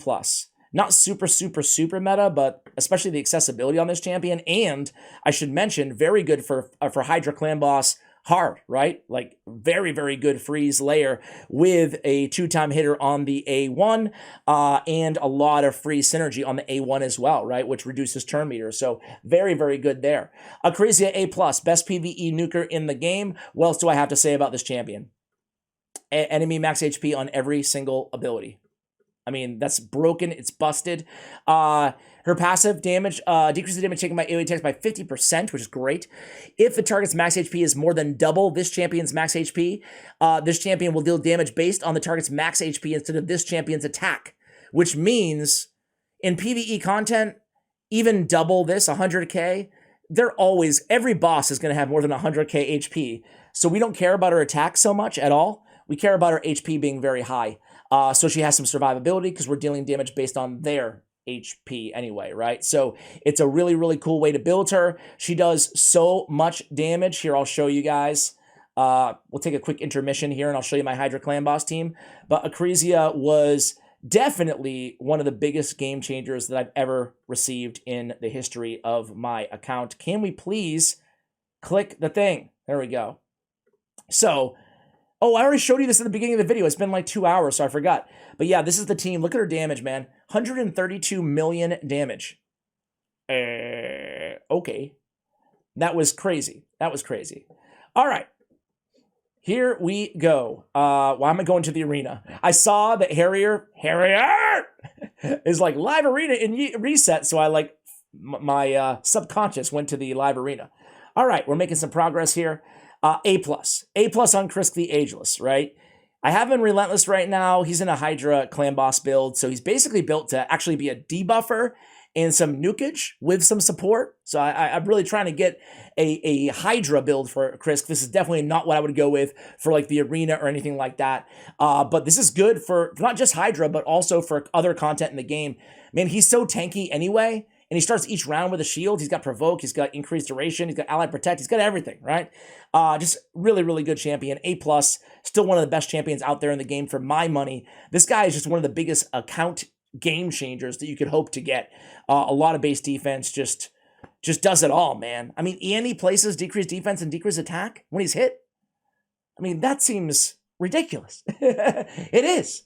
All right, Venus. I'm a sucker for Venus, guys. I'm going to give her an A. Tempted to go A+.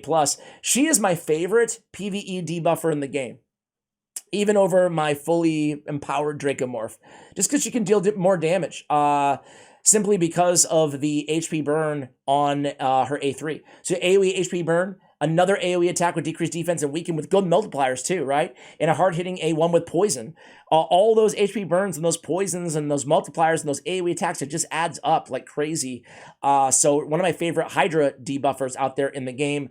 Just very, very good, especially with on the same team as Cupidus. If you're lucky enough to have both of them, I mean, congratulations. Really busted combo. We have Krutraxa. Man, Cortex is a funny champion, right? She's a cool champion. She's got a very hard-hitting A2 that grants an extra turn, and then you come in with a quadruple hitter on the A1, will ignore 50% of enemy defense. I think she's underrated for the arena. I'll give her a B+. Very good for arena, very good for Fire Knight, right? So I really like Trichaxa. I'm a fan of Crew. Pythion, A+. This dude is a boss. Allies receive 5% less damage from skills for each buff on them. It's similar in a lot of ways to, he gets compared a lot to Duchess. Rightfully so. He's got the damage mitigation. He's got the AoE revival. With Strengthen, at least there's some, support to try to keep them alive, unlike, what's-her-face. Dude, why am I forgetting everybody's names all of a sudden? We just spoke about her like 3 seconds ago. Ash, are you really going to do this to yourself, man? Raka Viletide. Okay, I just had to look at her. I didn't have to click on her. But anyway, we have the cleanse and the heal with block debuffs on the A2. A really good cleanse ability here. Yeah, I was going to say, like, second, in terms of cleanses in the game, I would say this ability, Shed Skin, Mithrala Lifebane's A3, and Rio Bone Spear's Perfect Body would probably be my top 3. That would be my top 3. Anyway, very, very good champion. Okay, next up, so A+. Nishak Verminlord. I said like an hour and a half ago that there's one champion I like there for a PvE bomber better than anybody else, and it's Nishak Verminlord. Probably people who have watched the channel already know that, but I love Nishak, man. This rat is a beast. I see people starting to use this rat in the arena too. You get a bomb, an extra turn, come in there, decrease the bomb detonations, and decrease attack as well. Such a good champion. Every time a bomb debuff on this champion detonates or removed, place 2 poisons that are protected as well. A damage dealing machine. I use Nishak on on one of my Hydra teams, not my main, but my second Hydra team, and I just love this rat. The rat can solo a bunch of stuff as well in the right build. I have Relentless for Hydra Clan Boss, but really cool champion. I'm gonna give him an A. Green Warden Ruark. Dude, I expected so much more from this champion. What a bummer. What a bummer. I was so excited. I was going to do a guide on him too, but not a massive fan. And really, it's nothing against the champion, so to speak. It's more against Taunt. Anyway, an AoE decrease attack on the A2, and then a Taunt increase defense and strengthen on this champion for 2 turns. So it's only him. Problem is Taunt's not that good, I don't think. You guys can tell me if I'm wrong, but it doesn't, like, I don't know, like, it's not like Provoke, you know, the way it works. It's so easy to work around, and he's not that tanky. I don't know. I'm just very I've tried a lot. I've tried to take this square peg, and put it in that round hole and be like, the Green Warden Ruark is amazing. I think he's good, but not great. Is that fair to say? I'll give him a C+. I would love to see this on a 3-turn cooldown, man. I mean, Taunt is 2 turns at least, so maybe that would be broken. I don't think it would be broken, even if it was 2 turns, honestly. I really don't think it would be. Yeah.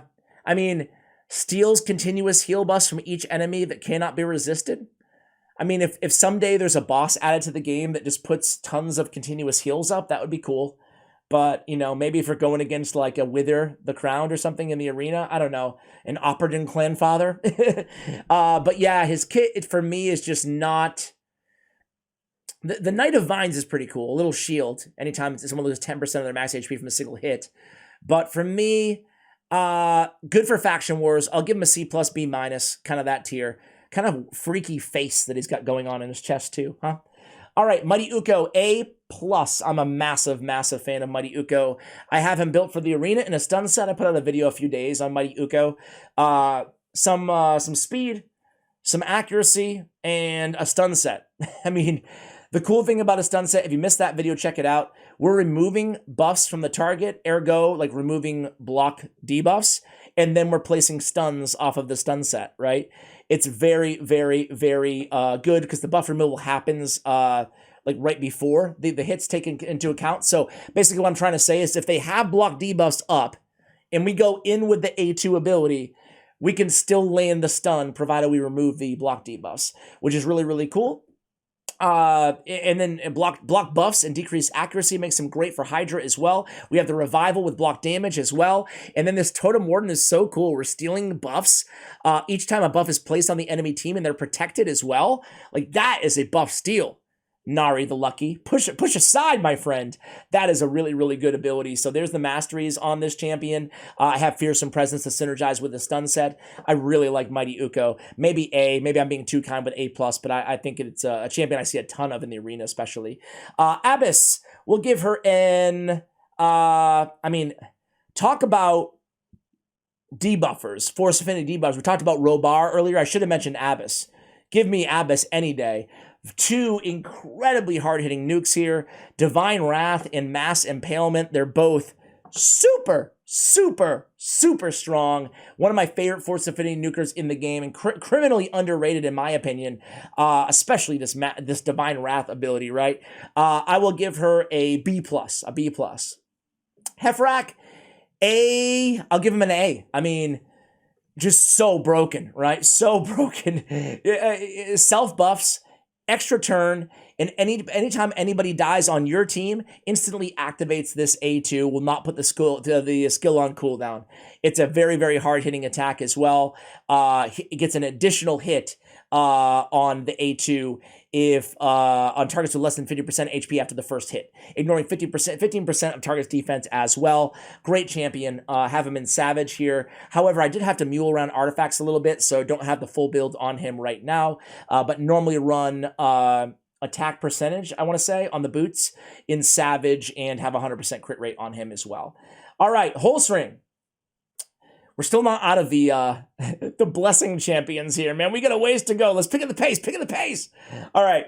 Holstring is a sneaky good damage dealer. I'll say that. We had Hades on the channel recently, and he put him as one of his most underrated legendary champions in the game. He had him on his top 5 most underrated champions. So I would defer to Hades on this champion. For me, though, it's not that I don't see it. He does deal nice damage, but I haven't found a use case for him, for me, for my account, you know?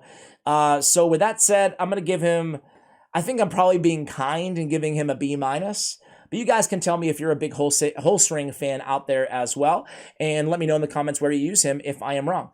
Okay, next up is Daenang Skullreap. Kind of a cool champion. I haven't used him much. I don't think I even have his masteries done. So, fair warning, not a champion that I've actually played with, but it looks like he's one of those niche champions. Maybe sub him in if you're going against a team with high elves or dark elves. He hates elves, basically. So he grants a turn every time he kills a dark elf or a high elf, right? He has this battle flow, which decreases the cooldown, fills his champion's turn meter, and places increased crit damage if it kills an enemy. And on the A2, an AoE attack, champions from the high elves and dark elves faction cannot resist these debuffs. So basically, granting an extra turn, he has the ability to just kill elves again and again and again and again. You can do some fun things with him. However, he is a little bit niche in my opinion. The rest of his kit outside of that high elf, dark elf synergy, to me, it's not like, you know, S tier, A tier even. So for that reason, I'll give him a B. And I think that's being fair to that champion. Tyrant Ixlamor. Very cool champion, very strong champion, and I don't use him. Again, this is not going to be an indictment of Tyrant Ixlamor. It's more of I use Walking Tomb Drang, you know, as my burner, but he's very, very good. He doesn't just bring burn for 3 turns on a 3-turn cooldown a la Tunisia, but he also brings ally protect and increased defense, really making him a fantastic option, specifically for the hard version of Ice Golem as well, right? Because you need to stay alive and you need to burn. So really, really good champion. Has some damage mitigation too. I'm going to give Tyrant an A-. Longbeard. Longbeard is for my money, he's the best blender ally attacker in the game. Increased damage by 20%, which mitigates the damage penalty that comes with ally attack and counterattack. If you didn't know, you get a built-in damage penalty anyway, so it's mitigated by the 20% of the buff. And it joins with 4 allies, right? So you can have a whole team of 5 joining in that ally attack, and then he does a lot of damage. He brings weaken on a 2-turn cooldown for 2 turns, and he just does a lot of damage, ignoring shield and block damage buffs on the A1 a la Helicath, right? So I'm going to give Longbeard a B+. Great ally attacker. Walking Tomb Drang, man. Some of you guys loved me for it. Some of you guys hated me for it. But I ranked him in my top 15 legendary champions in the game, and I stand by that ranking despite getting a little bit of blowback, and a lot of you guys had my back too. I saw some like arguments in the comments saying that like, nah, he's right, nah, he's wrong. But really, I mean, an unresistible HP burn on a 3-turn cooldown for 2 turns, a great heal, like basically a complete heal on the A3, and then the instant activation of HP burns on the A1 that does not require accuracy makes him my favorite HP burn champion in the game. I use him on Sand Devil 20 on the 25 level of Sand Devil. I use, is it 20 or 25? I forgot. The last level of Sand Devil, Force Affinity. I use him there. And then I use him on Ice Golem on the final stage there too. Just such a good, and anywhere else. I use him now on Agareth, the Ice Spider as well. Just such a good kit, such a good champion, man. I think he's incredible. All right, Tatura Rhymehide. Tatura, A. I'm going to give him an A. It's just a really good defensive support champion and damage dealer. A lot of damage off this AoE. Brings a perfect veil, brings block debuffs, and brings increased defense on a 3-turn cooldown for 2 turns. What more do you want? What more do you want? Very, very good champion. It was a previous Fragment Summon or a Fusion. I forget which one, but either way, a lot of people have him, and I'm glad because he's great, especially in Hydra or really in any dungeon support. Lugan the Steadfast. He actually got a big, he got a buff. He got a big buff about a year ago. A lot of people didn't talk about that after the buff, but I think he's great after the buff. He's got increased defense on himself for 3 turns on a 3-turn cooldown, ally protect on all allies for 2 turns, and then he brings a block active skills on a 4-turn cooldown, 100% land rate. I don't think there's any champion in the game that brings block active skills on a 3-turn cooldown. I could be wrong there. So this is the 4 turns is the norm for this ability. I'm talking about like Karato, talking about Lugan. I don't know. I looked into all of them the other day and I couldn't find anybody, I don't think. Maybe one champion. Either way, great support champion who brings some control as well. So pretty good champion. I'm going to give him a B overall rating. Finally, we're outside. We're into the voids. We're outside of the blessings, the awakened champions. Supreme Elhain. Dude, she can smack. She deals some big-time, big girl damage in the arena. Is it worthy of being a Void legendary? I don't know. I think she's kind of like a mini version of maybe a Nutcracker. She got that granted extra turn, ignore ally protect and strengthen and shield. No, not as much damage as Nutcracker, and no avoiding Stone Skin, right? With that said, I mean, I'm comparing her to one of the best nukers in the entire game, so that's, speaks volumes in its own right. I think she's a really, really good damage dealer. She belongs to me on a Go First team because damage increases by 10% for each debuff on each target. So you land like 3 or 4 debuffs, even 2 debuffs, that's really going to stack up nice and quickly there. So I like her a lot on a Go First nukage team. Go First is not super meta right now. I'm going to give her a B. I'm going to give her a B. Supreme Kayle. Oh man, this is a funny one. When I was doing my top champions in the game, I had him on the list, then I took him off the list. His kit looks so good. It's a value over replacement argument that I've made 100 times already in this video. He's, for whatever reason, he's not doing more damage or bringing more to the table on any of my teams than anybody else that I'm currently running, which doesn't make sense because his kit looks so good. But with all that said, a weaken on an AoE that can't be resisted on his A1, an AoE with poison that can't be resisted, increase the duration of all enemy buffs, cannot be resisted, and then an AoE increase accuracy on all allies before attacking, decrease resistance that cannot be resisted, and fills a champion's turn meter. That's insane, dude. This kit is bonkers. I'm going to go ahead and say, I'm going to give him an A. Shame on me for not finding a use case for a champion whose kit is that freaking good. I'm going to give him an A. I wouldn't put him like S tier, so not A+, but like A-. A is kind of how I feel about Supreme Kayle. Temeria. All right. This champion is another one of those champs that I tried to talk myself into, and I couldn't get it. She's an AoE with decreased speed on the A1, 50% land rate, right? On the A2, another AoE with stun on a 4-turn cooldown. And then a remove all a cleanse on all allies, fills a turn meter of all allies by 15%, and then a further 10% for every one of these debuffs removed, the CC debuffs, 5% for any other debuff removed. It reads really well, but it's not one of the strongest cleanses out there, you know? When we're talking about those other cleanses that we mentioned earlier, for a Void Legendary, I was hoping for maybe a little bit more out of this skill, you know, because oftentimes it just ends up being a 20% turn meter fill, which isn't bad. I don't know. I would like to see on this champion, right? I think she has a cool kit. Stun is not super useful right now because, like, where are you going to use a 4-turn stun, you know? I don't know. I tried to talk myself into this champion. Let me see what her ratings are. Yeah. Unfortunately, I kind of give her around the same thing. I'm going to be kind and give her a B.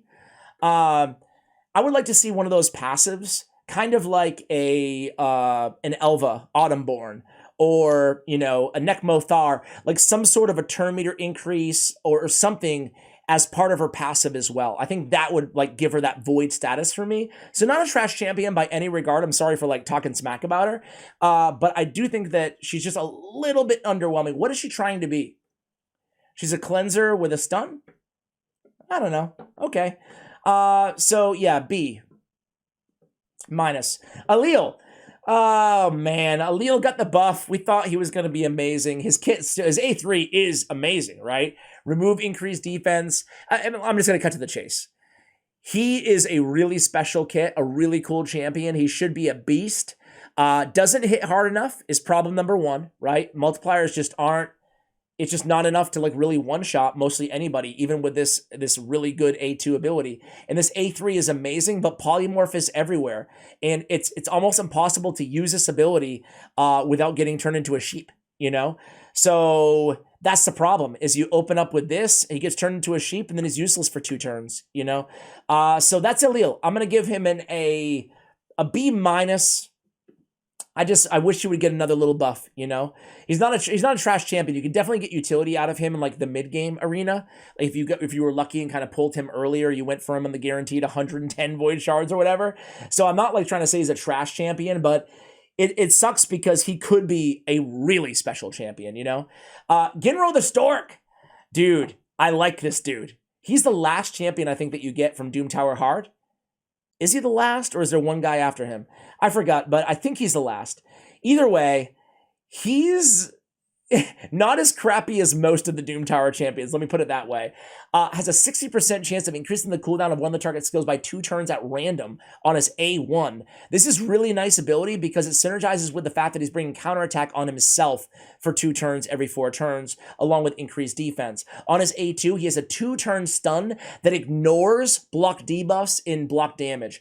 So, essentially, whoever, you know, let's just say you're going against a Duchess or a Pythion with block debuffs, you can take them out of the battle for 2 turns with Ginro the Stork, even with block debuffs on there. That's a 2-turn stun. It's a really good ability. And the coolest part is, when attacking, converts this champion's resistance into additional accuracy. So, it's kind of the inverse of Mithrala Lifebane.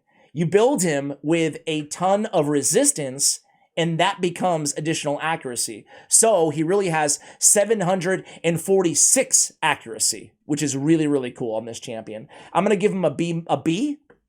It sucks you have to play, like, for 3 years to get him, you know? But I actually think he's really cool in the arena.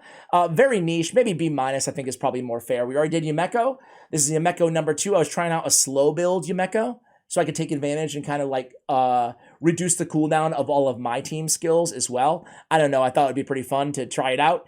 Didn't really work out. I wish I had just empowered her now, and I might do that, but now I hate that I used all the books and stuff on her. Have any of you guys ever done that?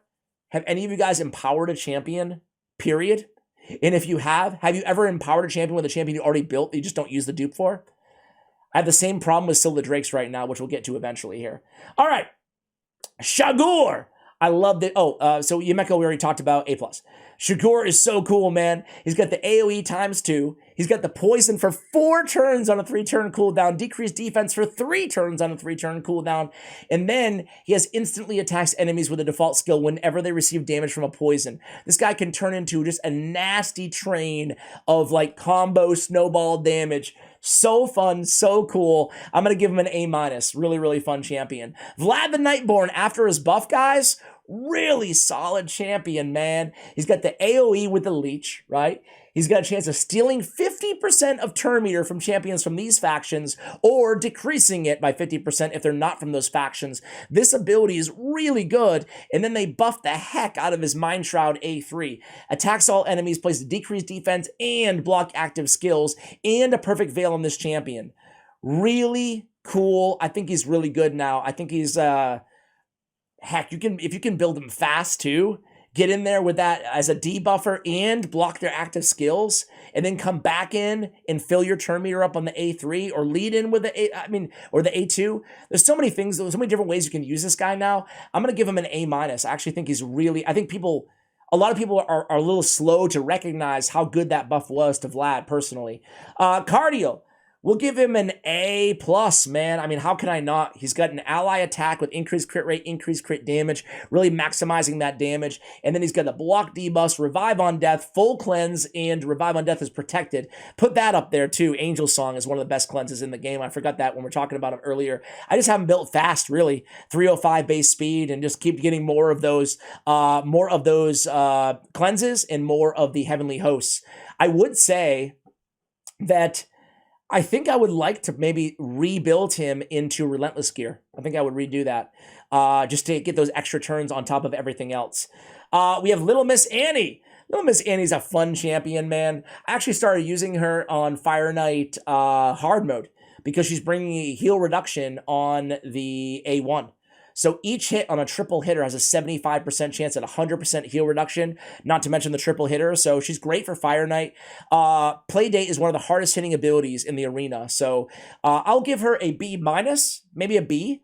She's very niche, but I feel like for Fire Knight again and for Arena, she's a pretty fun champion. Fortis. I did a guide on Fortis on the channel a while back.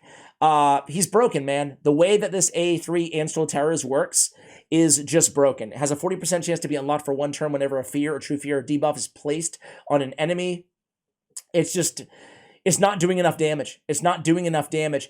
Conceptually, his kit, to me, it's really cool. I like this champion a lot. It's just not working properly. And when I say working properly, I'm not saying it's a bug. I'm saying that, like, Plarium, if you're watching, go in there and do a deep dive on Fortis and see if the multipliers are working correctly, see if the synergy is working correctly, because he should be a really cool champion. One of the best fear and true fear champions in the game. He's just not hitting hard enough to justify building or using any books on him, in my opinion. So I'll give him a, sadly, I'll have to give him a D right now. Coronar. An AoE with decreased turn meter. He's got the provoke. He's got the decreased attack, decreased defense, albeit on a 4-turn. That's the one thing that prevents this champion from being, at least for me, from being an A tier. I give him a B+, but he's a great champion. He's counterattacking anytime he's hit by enemies under decreased attack, decreased defense, and decreased speed. With the AoE with turn meter on the A1, it's really a sneaky amount of damage and a sneaky amount of turn meter depletion. He's also very good for a provoker on Hydra clan boss as well. So maybe A-. Maybe I'm being a little bit too mean to my man Coronar. Tormund the Cold, he deals some sneaky damage, man. He deals some big time, some big boy damage, and he has a chance of ignoring 100% defense on one of these abilities here. Will ignore defense of the targets under a freeze and HP burn debuff on this Iceberg Crush, which is really cool. Also removes all buffs from them. Not to mention, obviously, the freeze on his passive. I'll give Tormund a B+.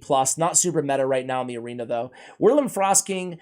We will give Whirlim has the strengthen and increased defense on a 3-turn cooldown. He also got a big buff about a year and a half ago or so.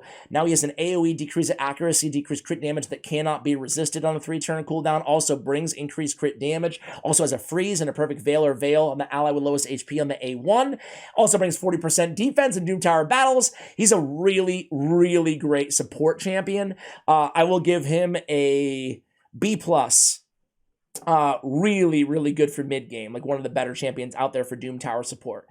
Bellinor. Bellinor also got a big buff on his A2.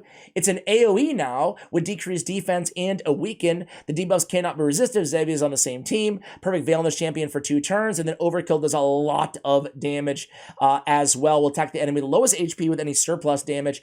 I think it was a really good buff on him. I think he's probably a B+ now. A B+. I mean, it's really good to have a decreased defense and weaken on the same ability. A la Lydia, a la Venus, Dracomorph. You guys know the champions. All right, Sir Nick.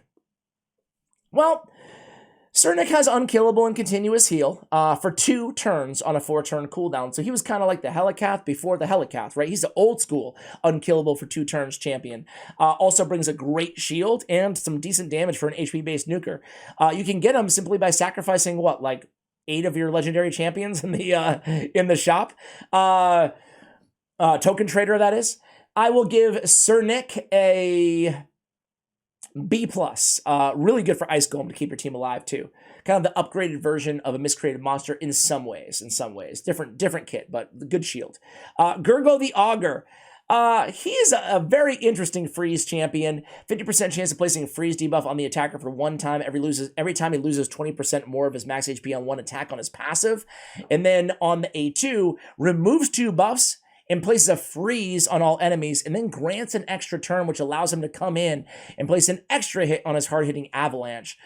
Pretty good champion. You don't see a ton of him being used, but I'll give him a B+. Again, I think that's a fair grade. Ethos. Water break.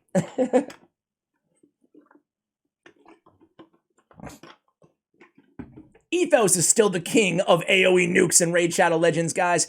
He's got the outburst. He's got the extinguished life. I mean, what more do you want from a champion? He's an absolute monster of a PvE nuker. I'll give him an A-, maybe an A. I'm just going to give him an A. He's still one of my favorite PvE nukers in the game. Great multipliers, great abilities, and great base attack, too, at 1608. We have Blind Seer. Blind Seer is a... Oh man, her revive sucks. Revives all dead allies with 35% HP and block damage on all allies except for this champion for 1 turn. 5-turn cooldown too. 35 HP, even with the block damage, it's just, man, at least in my experience, right? It's just hard to keep them alive with 35% HP. She doesn't have heals in her kit either to like heal them back up, right? So you need a really good healer alongside her is what I'm trying to say. She does have a really good A2 with block debuffs and a shield. And then she has turn meter decrease on the A1, which is not bad. She's also one of the fastest champions in the game at 115 speed. I will give Blind Seer a B+. Saoirse the Shard. She's the pay-to-win champion that you get after spending like $1 million in Raid Shadow Legends. I made a whole video on how disappointed I was in her. I mean, a 4-turn HP burn. A chance at instantly activating HP burns when she is attacked. I mean, only a 30% chance. Compare that to Walking Tombdrang. Again, really bad champion, in my opinion. I will give her, I don't even know why people, maybe it's because they spent so much money on the game that they're in denial that she's not good. Or maybe it's just because everybody has the right to their own opinion, Ash. But it's nice that she has the increased duration of HP burns, but her base stats are not high enough to solo any content either. Any high-end content, like level 25 dungeons or anything like that, let alone hard dungeons. So I just don't know why we're using her. Like, yeah, I mean, I don't know where we'd be using her, honestly. So I'm going to give her a, maybe I'm being too harsh here, but I'm going to give her an F. So disappointed in that champion, guys. Maybe I'm way too harsh, but, you know, I guess we'll just kind of put that exclamation point on her on her rating there. Deliana, a free champion at one point in the game. She has an AoE leech. She's got the decreased resistance, and she has an AoE block buffs, which is good for Hydra, albeit on a 4-turn cooldown. I think she's a pretty good champion. Serviceable. I'll give her a B minus. I think she's good in the mid game, in the early game, maybe a C plus. Because C is average. I think she's like average, a little bit better than average. So hopefully you guys think that's a fair grade. I think you put her in a stun set, get some extra versatility out of her A1. The leech is nice to have there too. But yeah, I apparently at one point I did have her in a stun set. I have her on my free-to-play account as well. And I don't use her a ton, but I do use her a little bit. So she's not like an account carry for me there. So that's why I give her a C+. All right, Beauregard the Elder. Good old Beauregard, one of like the 3 or 4 champions in the game that have the big version of increased resistance on an AoE. He also brings increased speed, albeit on a 4-turn cooldown. He has a shield on in a 1 random debuff on the A2. I wish that was a 2 random debuffs, or I wish this was a 3-turn cooldown. One or the other. Beauregard the Elder. I'm going to give him a B minus. Gerda Bogbrew, a daily login reward champion. We're going to go ahead and AoE weaken and a chance at removing a buff on enemies, placing 2 poisons on all. I don't know. I mean, I built her and I was hoping to really get like some nice utility out of her, and I was very underwhelmed. I'm gonna give her a C minus. See her base stats, just because of her base stats. Like, but by the time you get her, I'm gonna give her a D. By the time you get her, I don't think anybody's using her. Let me know if I'm wrong though. By the time that you get her from daily login, did anybody actually build her and are using her? If so, where? Please tell me. Vassal of the Seal. He's got the AoE True Fear and decreased attack, and then he's got the Great Heal on with an extra turn as well. He's a little bit better than some of the other Doom Tower hard champions that I've been ragging on so far in the video, but not that much. I'm gonna give him a B minus overall. These grades are really, really low on him, but again, I mean, if you're looking for a True Fear, I look at him as kind of like there's a couple like HP only areas of Doom Tower secret rooms. Maybe that's too niche to give him a decent score that he actually is pretty good in. But I mean, having the True Fear 100% with the decreased attack, with basically a full heal of the whole team with the extra turn. Yeah, I'm not as big of a hater as most people are on this guy. B minus. Verself the Grim, B. An AoE plays an extra hit on enemies. This is a Reign of Sorrow for an HP-based champion is actually one of the harder nukes out there, for HP, which are generally the worst nukers compared to attack and defense-based nukers. But he has increased defense on all allies and an ally protect. Really good support champion, in my opinion. When hit, has a 20% chance to place a provoke debuff on the attacker, occurs once per hit. It's a really, really nice passive to have there as well. So really good support champion in Verself the Grim. Personally, a B, maybe even B+. Stultus Dragonbane, I'm going to go A-. Great. We just made a video on him going live tomorrow or yesterday. I'm not sure which order, depending on how long a 3-hour video takes to edit and render and upload. An AoE stun on a 3-turn cooldown, 65% chance on each hit. 2-time hitter. And then he has a really hard-hitting Dragonheart ability, increased defense that he's bringing himself, and then whenever an enemy attempts to place a weaken debuff, a decreased defense debuff, or a poison debuff on the attacker, reflects it back onto them. That means on Dragonheart 10, I've included this in the video, it's just like, it's insane. He kills a dragon in 2 seconds because all the flood of constant poisons all get redirected. He's on not all, but a lot of the fastest teams in the game. I'm going to give him an A-. Mountain King. How do I have him built here? I have him in Savage and, just kind of a tanky-ish build. Mountain King. Oh, man, I'm a Mountain King hater. Despite having 5 of them maxed, I'm a Mountain King hater. I've never been a Mountain King fan, really. I don't know why. He has a tendency of being very finicky on his hits. Sometimes he like blasts the enemy, and sometimes, even if it's not a weak hit, it doesn't feel like he's like, I don't know, it doesn't feel like he's landing it. And no, before you say anything, it's not because I have a 93 crit rate. This is not the build that I was using on him when I actually tested him more. I'm just not a massive Mountain King fan. I'm going to give him a C+. I know a lot of people will disagree with that, but again, you know, all of my rankings here are just beauty in the eye of the proverbial beholder. I'm sure I've overranked a lot of champions as well. Vizier Ovelis. So on the A1, a triple hitter. Each hit has a 50% chance to extend the duration of all debuffs by 1 turn. This guy is a monster, very good for hard Fire Knight, and he used to be the king of Demon Lord Clan Boss as well. So Vizier is still kind of niche, especially not being meta for Demon Lord, but he is seeing a breath of fresh air, a breath of new life, if you will, for Fire Knight Hard, especially on Fire Knight Hard 10, which is the hardest dungeon for me in the game. He's like a key part of a lot of those teams. Not me, but a key part of a lot of those teams. All right, next. So I'm going to give him a B. I'm going to give him a B. Marinix, have not used, but I really am intrigued by her kit. So I maxed her in a clan versus clan because I needed the points.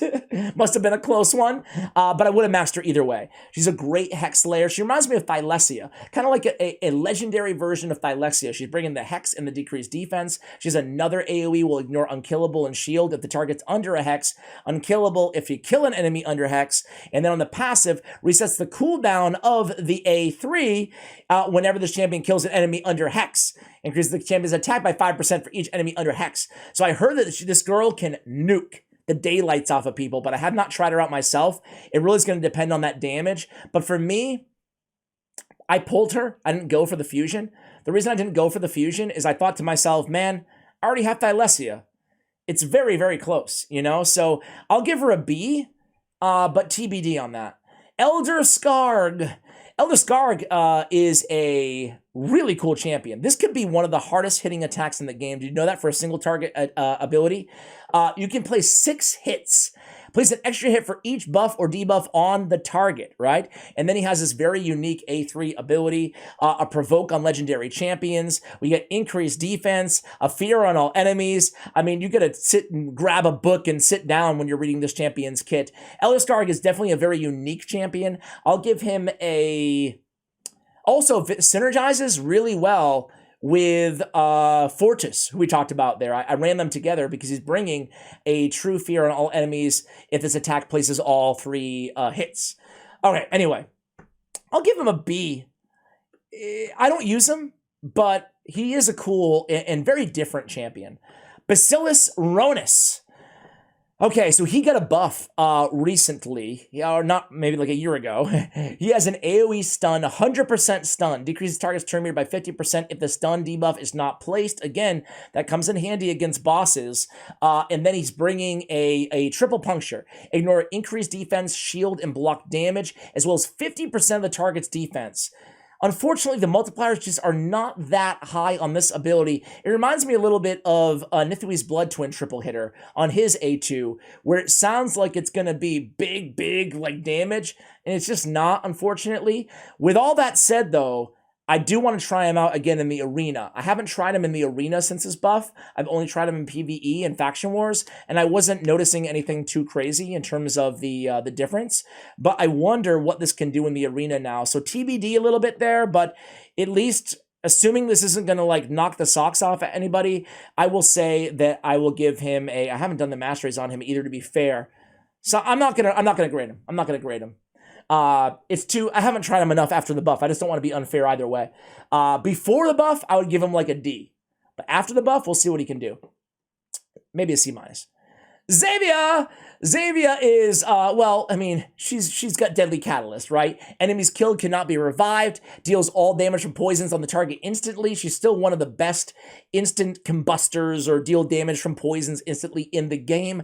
I don't have her built because personally I use Eleanoril, who we'll get to shortly here, but Xayvia is still like really good. She's great with Bellinor as well. They're tandem champions, a duo, and yeah, we'll give her a... We'll give her an A-. A minus. Rabar, we did a guide on him on the Champion Guide channel as well. He's got the AoE, decreased defense, and he's got Merciless Assault. For a long time, this is one of the best, potentially the hardest hitting abilities in the game. If they're under any of these debuffs, if you can set him up with a Provoke, like a Molly Tankard, or you can set him up with a Sleep, like a Prince Kymar or a Cornelia, and then he comes in with Merciless Assault, especially if you pick up like Ruthless Ambush, Mastery, you can deal some big boy damage with this champion. With all that said, though, I mean, I only use him in Faction Wars personally. I will give him I'll give him a B minus. Maybe a B. A B. I think a B is fair. Shiramani, she has the freeze. For a long time, she was the only, I want to say she was like one of the only 100% freeze champions out there. There wasn't that many. Like before Ninja and stuff were added to the game. Anyway, she has a turn meter fill for each enemy attacked as well, which is really nice. You can get like a 40-50% turn meter fill or higher in like Spider off of this ability. And then she has a pretty good support ability on a 3-turn cooldown here with a full heal on everybody as well, equal to 20% and one ally by 50%. So not too bad. I'm going to give her a B. I think she's a strong support and control champion. War Chief. Now, War Chief is like what Angar should be, man. Like, this is a provoker. Triple hitter with Provoke on the A1, and then Provoke on a 2-turn cooldown that lasts for 3 turns on the A2. A very, very simple kit on War Chief, but he is the main man when it comes to Provoke in Raid Shadow Legends, for me at least. He's my main Magma Dragon Provoker. I'll give him a B+. B+ because he's so niche, but he's really good. And really good for a Hydra Provoker as well. Black Knight. Black Knight is one of the 2 champions in the game who has increased defense the same duration as the cooldown. Can you name the other? We're going to talk about him in a little bit. It's Iron Brago. But back to Black Knight. I mean, he's a great healer with increased defense on a 2-turn cooldown, and he has a really cool passive, Unkillable, every time incoming damage exceeds 15% max HP in one attack. However, I will say the Unkillable is nice, but, like, it's weird to have Unkillable on a 15% max HP in one attack. Because it'd be so much better, obviously, if it was block damage, right? Because Unkillable means that he can still take a ton more damage, right? Or if it was even a shield or something like Vergis. But anyway, I stand, whatever. Like, Last Breath sucks. Sucks. It's supposed to be where it does damage, and it does a ton of damage, or it should be, if he has no HP, and that synergizes with the Unkillable on the passive. But it just doesn't do that much damage at all. There you go. So his, yeah, I don't know. I think he's a cool champion, though. He's a high 75% chance to provoke on the A1, which is really, really good. He could be a decent provoker as well for Hydra. So I feel like he is a underrated champion to some extent, but he could use a buff or a rework in some ways as well. I'll give him a B+. King Galkabar, I'm going to give him an A-, very, maybe even I'm going to give him an A. Very, very cool champion, guys. He's got a shield, and you know what, guys? You know what? We're just going to do legendaries. We're already almost 2.5 hours in. We're gonna do legendaries in this video, and then we'll do epics and rares and stuff in a follow-up, because God, I mean, there's one thing to have a long video. There's one thing to keep going for like 4 hours, you know? King Galkabar, my man. Places shield buff for 2 turns on the ally with lowest HP. And the value of the shield equal to 15% of the ally's max HP. Not bad for an A1. But check this out. Vitriolic Thorns, dude. Just read how nasty these abilities are. This is my favorite. Even over Elva. I'm not saying he's better than Elva. I'm just saying that, like, he's my favorite Sylvan Watcher champion out in the game. Attacks all enemies, 100% chance of removing all buffs. Plays a poison for 2 turns on each enemy for every buff removed. Also has a 100% chance when booked of placing at block buffs. So we're removing buffs, placing block buffs, and placing a ton of poisons potentially. And then we have the exact opposite on Hypertrophy on the A3. Removes all debuffs from all allies. Plays a continuous heal for 1 turn on each ally for every debuff removed. Also plays a shield buff on all allies for 2 turns. The value of the shield is equal to 25% of this champion's max HP. So a great shield. On a 3-turn cooldown. Whenever an enemy under poison debuffs attacks an ally under a shield buff, instantly activates a poison debuff on the enemy and a continuous heal on the attacked ally. Dude. This kit is the definition of synergy, man. I mean, so cool. I showed him before on the channel. He looks cool too, man. This guy's like a really, really, I love King Galkabar. I did a guide on him on the Champions Guide channel if you want to see more of him in action. But like, you can have weird situations where there's like 8 continuous heals on all your allies, especially against the dragon with all those poisons. Elva. King Galkabar, okay, I give him an A. Elva, A+.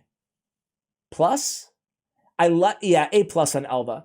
I like King Galkabar better, but I think that Elva is a really incredible champion. She brings a cleanse, block debuffs, and increased speed on a 3-turn cooldown.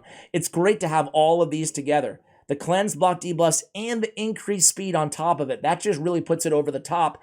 And then she has a revive on a 3-turn cooldown, increased defense, increased attack. That's what I'm talking about. And then heals each ally by 10% of the max HP at the start of their turn. So the built-in passive heal, sign me up, perfect veil. For 1 turn, the ally lowest HP at the end of this champion's turn as well. She's a really, really good champion. I use her on my main Iron Twins team, and someday I'll use her in Faction Wars, but I'm sure I could start using her in more areas as well. Just need to kind of go in there and rebuild her a little bit. I just have her in kind of lazy speed gear. Okay, next up is Gottfried Brassclad, excuse me. So this guy's pretty cool. He's got a decreased defense and a provoke on the A1 on a 2-time hitter. Pretty cool. An AoE stun on a 3-turn cooldown, 100% stun. Concuss, indeed. Defense-based champion. He places increased defense on all allies and removes decreased defense and weakens debuffs from all allies. So I'm not like, I see some people running Gottfried Brassclad because, and I can see why. He's tanky, he's easy to keep alive, he's a great control champion, and that A3 is very useful too. When an ally is attacked while under block damage buff placed by this champion, has a 100% chance of placing a stun debuff on the attacker. That's really cool. Active effect. If an ally is about to get killed by a fatal hit, blocks incoming damage and places a block damage buff on them for 1 turn. Again, really, really cool kit. I'm going to give him a B+. I think this guy is really cool in the arena, or just really cool as a control champion pretty much anywhere. Could maybe even argue A- on this champion. He's really, really cool. I haven't done, how many times am I going to say he's really, really cool, huh? That's when you know I'm getting tired on the 2.5-hour video. He's really, really cool. Next! Okay, so we got a, we'll rank Gottfried a, we'll rank, oh, we already did a B+. Okay. Operdin Clanfather. Dude, this guy, talk about one of the best healers out there. He was an underwhelming to most fragment summon, right? But he's a really cool champion. And AoE heals all allies by 10% of this champion's max HP. And then heals allies under a continuous heal by 15% instead. On the A3, 3-turn cooldown, removes block buffs, heal reduction, places 2 continuous heals, also a 100% chance of removing a random debuff from all allies. It's a good ability, right? And then every time a continuous heal buff heals an ally, fills that ally's turn meter by 5%. Listen, I'm going to give him a C+ with all that said. I don't think he's a game-breaking champion, but I think that a lot of people would probably give him like a C-, a D maybe, and I'm a little bit higher than most people are on this champion. I think he's a really good healer. If you're looking for healing and support, like, you ever make a team and the last champion, you're like, okay, it's kind of a flex spot. I have my debuffer, I have my nuker, I have my reviver, I have my, my support champion. Who else could I use here? He's a good filler, right? Just keep a team alive, especially if you're going against hard content. Alexander the Sharpshooter, another champion that I am a little bit higher on than everybody else. This guy actually can smack. So to me, probably gonna piss some people off by saying this. To me, he's like a magic affinity version in some ways of like a Robar, And what did I give Robar? Like a B-? So Alexander the Sharpshooter, I'll give him a B- too. He's got decreased defense. He's got a weaken against Ogrins and Orcs. So again, it's very conditional, but he does have decreased defense. And then Born to Win removes all buffs from the target before attacking against Orcs and Ogrins, which is great. But that does a lot of damage. And this spray down, man, like, I gotta be real with you guys. It does a lot of damage, like really good multipliers on this ability. He was a free champion. He's as after Simple, like the Navi Pro. So like, yeah, man, I think that he is. Let me put it this way. C+, B-, if I'm going to be kind, but definitely a champion that a lot of people got for free. He has 29,000 reviews, right?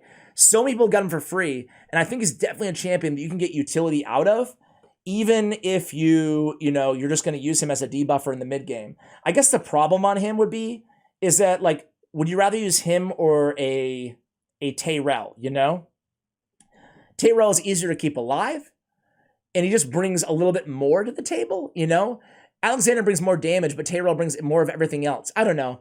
I think he's C+. Okay, Basata. Basata, you might not be familiar with this guy. He's another Doom Tower champion. I think he's the second. No. He's not the second to last. You get him somewhere in the middle. Anyway, he has a strengthen, a continuous heal on all allies for 2 turns on a 3-turn cooldown. Big version, obviously, on both. Also, a shield on allies under the CC debuffs. I hate that. I wish it was just a shield. I mean, it would not make him broken or anything like that. He has an AoE attack with a stun, 100% stun, and it decreases each target's turn meter by 30%. It's on a 4-turn cooldown. Really good ability, right? But again, it's weird because stun is just, by the time that you get this dude, you can't do much with a stun champ. By the time that you get Basatha, you have a lot of stun champions. You probably don't need stun, A. And B, his passive is super cool, but it's not as good as, like, Lydia's passive, and he's not anywhere near as good as Lydia. So I just don't know many people who have him and actually use him, which is kind of sad. Whenever an ally is revived, has a 100% chance of placing a stun that can't be resisted on them for 1 turn. So pretty cool. I'll give him it's weird, in a vacuum, I would give him a B+, A-. But given that he takes like 2 years to get, I'll give him probably, I don't know. It's hard to grade. It's hard to grade this champion. Maybe like a C. I think these reviews are pretty much spot on by the time that you actually get him. Is it fair? I'm not sure how to grade a champion like that. Roxem. I won't do the singing because my voice is about tapped. I'm not a massive Roxem fan. I'm sorry, you guys out there. I know a lot of people are. But again, I just don't like that he has a 4-turn cooldown on his debuffs. I mean, we've been playing this game for 4 or 5 years now, going on 5 years.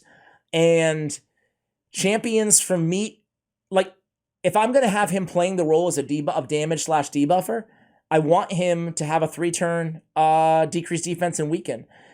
For me, it's too conditional, his kit, He needs to be under Veils and perfect Veils at all time. He's better when paired with another Veil champion, and his damage isn't out of control. So, although his kit is certainly unique and certainly cool, because I love the turn meter fill and stuff like that, I've never been able to, like, find a team where I feel like he's better than replacement on any team in any area of the game. What about you guys? Let me know. I could see using him in Faction Wars, or just to have fun with a different type of champion who's definitely fun to play. But other than that, I'll give him like a C+. All right, next up is going to be Noct the Paralyzer. Very cool champion, guys. HP-based champion. Let's go ahead and start with his passive here. So, heals his champion by 3% of his max HP, and all allies set the champion by 1% of his max HP every time a poison debuff ticks on an enemy, right? Whenever an ally is attacked while under ally protect, places sleep on the attacker for 1 turn. This champion is actually sneaky good because of that for Sand Devil, right? But a really incredible healer with that passive as well. It has ally protection, continuous heal on a 3-turn cooldown, and then attacks all enemies, places sleep on a 3-turn cooldown, and then 2 poisons as well. 2 additional poisons whenever the sleep debuff is removed or expires. I think that Noct is a very, very cool champion. I use him in Dragon Hard 10. I'll give him a B+. I'll give him a B+. Pixneal. Okay, Pixneal, they've given her like 2 buffs. Is she any good? She's got an increased defense and a continuous heal on a 3-turn cooldown. That's good, right? Then attacks all enemies under freeze, places a weaken on enemies under freeze. I kind of wish, this is weird to say, if they're going to make it a conditional ability, I kind of wish she would just attack everybody straight up. Forget, maybe the weaken is under freeze, but the attack is automatic. Or I wish they would give the weaken automatic and the attack is if they're under freeze, But I want one of them to be guaranteed, the attack or the weaken. Anyway, on the Icicle Barrage and AoE, have 100% freeze for 1 turn on a 4-turn cooldown. What you see is what you get. And then immune to freeze, fills the champion's turn meter by 25% every time an ally receives a freeze at the end of each enemy or ally turn. Removes all freeze debuffs from all allies on a 2-turn cooldown. You know what? She's not trash anymore with the AoE freeze. She's just not. Increased defense, continuous heal, and AoE freeze. We'll give her a C+, you know? You can definitely get utility out of her now. It's weird. If they were to introduce her to the game now as a fragment summon, without all the buffs and all the preconceived notions of how awful she is, it was like attack a few random enemies at random, has a 100% chance of a freeze if you target the same target twice or something stupid like that, you know? But now she's a lot better than she was. She's definitely not an endgame champion, but I would say average or a little bit above average. Elagaeus also received a buff, and frankly, I forgot what it was. So let's read. Puts the target skills on cooldown, block debuffs, meh. Attacks all enemies. 100% chance of removing two random buffs. 100% chance of decreasing all target's turn meter by 20%. Turn meter by further 10% for each removed buff. What do? Do they bump the percentage? Prevents fatal hits. I don't care, man. I'm still not a fan of Elagaeus. I'm still not a fan of this champion. I certainly don't use him. I've tried to talk myself into this champion a few times. I'll give in a freaky tongue situation going on here on both the avatar picture and in real life, aka on pixels in a video game. I'll give him a. I wish it was just all buffs. Just remove all buffs, you know? Then it would be like really cool, I feel like. Anyway, I'll give him a C-. Narma the Returned. Narma's great if Clan Boss and Poison Sensitivity was still a thing right now. She would be amazing. She places 3 poisons and a poison sensitivity on a 4-turn cooldown, decrease attack, and extending the duration of 3 random debuffs on the target, 60% chance on the A1. Not bad, but for me, I'm just not using. I have no use for a champion like this on my account. I'm using an unkillable team, Helicath team for Demon Lord Clan Boss. There's better options for poison damage dealers. There's so many good poisoners out there. Like, give me a Dark Kael all day, every day over a Narma the Returned. I know some people like this champion. I think that in a vacuum, her kit is intriguing, but it's not the meta for her. I'm going to give her a C. And again, you can call me a hater if you want to. Skill of the Drakes. Let's look at her skins, guys. Azure Skill of the Drakes. Wow. Lavaborn. Whoa, dude. My girl looking good today. Skill of the Drakes. Skill of the Drakes is still one of the better champions out there in the game. Listen, have they added a million great champions since she was introduced to the game as a free champion for everybody? Yes, they have. But she's still so good. She's got the passive Elva Autumnborn heal, the Siphi heal, all allies 10% of HP at the start of their turns. She's also bringing increased speed and a random ally. Might as well throw it on there. This is just from her passive. Then she's got the revival. She's got the ally protect, keeping them alive. 4-turn cooldown. And then the AoE with the stun and the decreased speed and decreased turn meter on the A1. She's got a really good kit. I'm going to give her an A+. Because I love Skill of the Drakes. I'm contractually obligated to give my girl this. I have a situation with Skill of the Drakes here, guys. I have a situation. Skill of the Drakes number 1 in a stun set. Skill of the Drakes number 2 in a relentless set. But look what else I have. Look what else your boy has. I think I want to empower her. I think I want to sacrifice one of my Sills. Because I got one of these bad boys. I just got to figure out which one is which. But I have a 5-star Skill of the Drake blessing. Woo! I can't wait. Let's see what I have in the Soul Merchant, by the way, here, guys. Nah. Nothing worth buying. Nothing worth buying. I'm saving up. I'm saving like crazy for something good. But I'm being really picky. All right, my live arena session is almost over. Man, that means this video is going super long. All right, here we go. Where we leave off. We got through a lot of champions, though, guys. And we don't have too many more to go. Probably another 15, 20 or so. So Skill of the Drakes, A+. Corvus the Corruptor.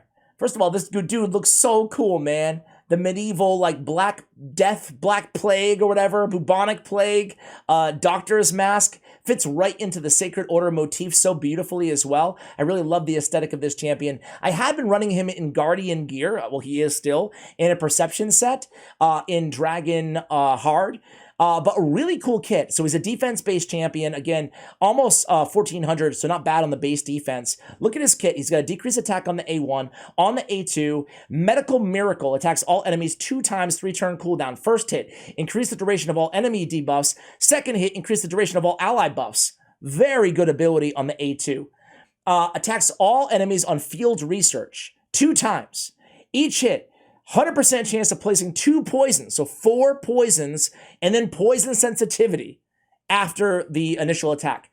I mean, 4 poisons, poison sensitivity, increased duration of enemy debuffs, so you come in there and increase the duration even more. Very cool. And look at the passive. Decrease the damage enemies under poisons inflict by 5% less for every poison debuff up to 25, and defense in all battles by 30. I really like this dude. You know, you need to have like the right team and the right area around him. So you could say he's like a little niche, but with all that said, I'm going to rank him I'm going to give him like a B+. Tila Gormain, another champion who got a massive buff. An AoE HP burn, 2 turns on a 3-turn cooldown with continuous heal while we're at it. Another AoE with it increase the duration of HP burns, 100% chance. Eat that, Saoirse the Shard. Increased duration. I mean, she's got an increased duration. Then she has Leech and a Hex. What? For Hydra, she is a monster now, let alone for Spider. I have a Relentless set. I think that Tila is now an A champion. I really think that, guys. She's really good now. She's a really good burner. Grohawk the Bloodied. He got a buff too. He now has a 2-time hitter with decreased speed, 50% on each hit on the A1. Not a bad ability. Each critical hit fills his champion's turn meter by 20% on Unbound Anger, 3-turn cooldown. It's not a very good ability, frankly. There's a lot of rare champions that have abilities like that with turn meter fill, like Khazard Deepheart, for example. I always say Khazard. Kurzad. There we go. Yes. Lord of War. They reduced the cooldown by 1 turn on this. It used to be a 5-turn down to a 4, or excuse me, a 6-turn down to a 5. Attacks 1 enemy, steals the turn meter, the whole turn meter, and then places a weaken for 2 turns if the attack is critical. Grohawk is not a trash champion, but he's not a good champion either. I'm going to give him a C. Just straight up C. All right. Crypt King Grawl. I want to give this dude an A+, but here's a weird thing, guys. I just maxed him. I didn't pull this guy forever. For a guy who has most of the champions in the game, as you can see, it just took me for... You have a one evasive champion who's an old school champion playing this game forever. I just got him. I can't wait to try him, man. This guy can do some amazing things. He's one of the best solo champions out there. Got the HP burn on 3-turn cooldown, and then has a freeze. Plays a freeze debuff for 1 turn and an HP burn debuff for 3 turns on targets already under HP burn debuffs. Cannot be resisted. Dude, that's nasty. That's nasty. I can't wait to try this champion, but I think he's going to be an A. That's my, I have high expectations. Hacker and Smash Lord, I've said it so many times, guys. I'm going to give him a C. I don't like this champion that much. C- maybe a D. And I know whenever I knock on this champion, kind of like Angar, people get mad at me. They say that, dude, you're missing it. He's a good champ. Nah, man, he's not. Getting a cleanse with a small heal on a 4-turn cooldown, even block debuffs for 2 turns, man, that is so power crept. This needs to be a 3-turn cooldown. Last Blood Offering, he's sacrificing his HP to attack the enemies, but it can't be critical. It's always a normal hit. I don't know, man. You tell me what I'm missing on this champion, but I don't think he's that good, man. I mean, give me Mausoleum Mage. At least he has a 4-turn cleanse with a great heal and a increased defense, increased crit rate, and block debuffs on a 3-turn cooldown, you know? I don't know. I don't know what people see in this champion, honestly. Again, like, it would be good if it was a 3-turn cooldown. I just don't like that it's a 4. All right. Altan, another champion that's been power crept and doing a lot of hating towards the end of this video. Decreased attack on the A1, increased defense on the A2, and then whenever he kills somebody, it revives somebody, right? Yeah, I mean, he used to be the boss. When I started playing this game, everybody wanted to get their hands on Altan because he has the big version of increase, excuse me, ally defense in all battles by 33%. It's not that hard to read, Ash. Not that hard to read, dude. But now, I mean, yeah, again, having decreased attack and increased defense just not so important, given that I want to say after you go through Brutal Clan Boss, it's got to be most players, right? Most veteran players. You can correct me if I'm wrong. Run an unkillable team of some sort for Clan Boss. Am I right there? Or like an Infinity Shield team if you go even higher end. But yeah, for me, I think that Altan right now is probably like a B-. You know, he's not a bad champion, but and can definitely get a lot of value out of him in the early and the mid game. I just think he tapers off quite a bit in the end game now. Sathalia. Sathalia is a really cool champion. Aggress is really, really strong. We're removing all buffs and then increasing and decreasing turn meters. And then she has a 2-turn cleanse and heal. Good support champion, really good kit. I'm going to give her a B+. Ellen Earl. I already told you guys, I love this champion. She is my main damage dealer for my poison combust teams.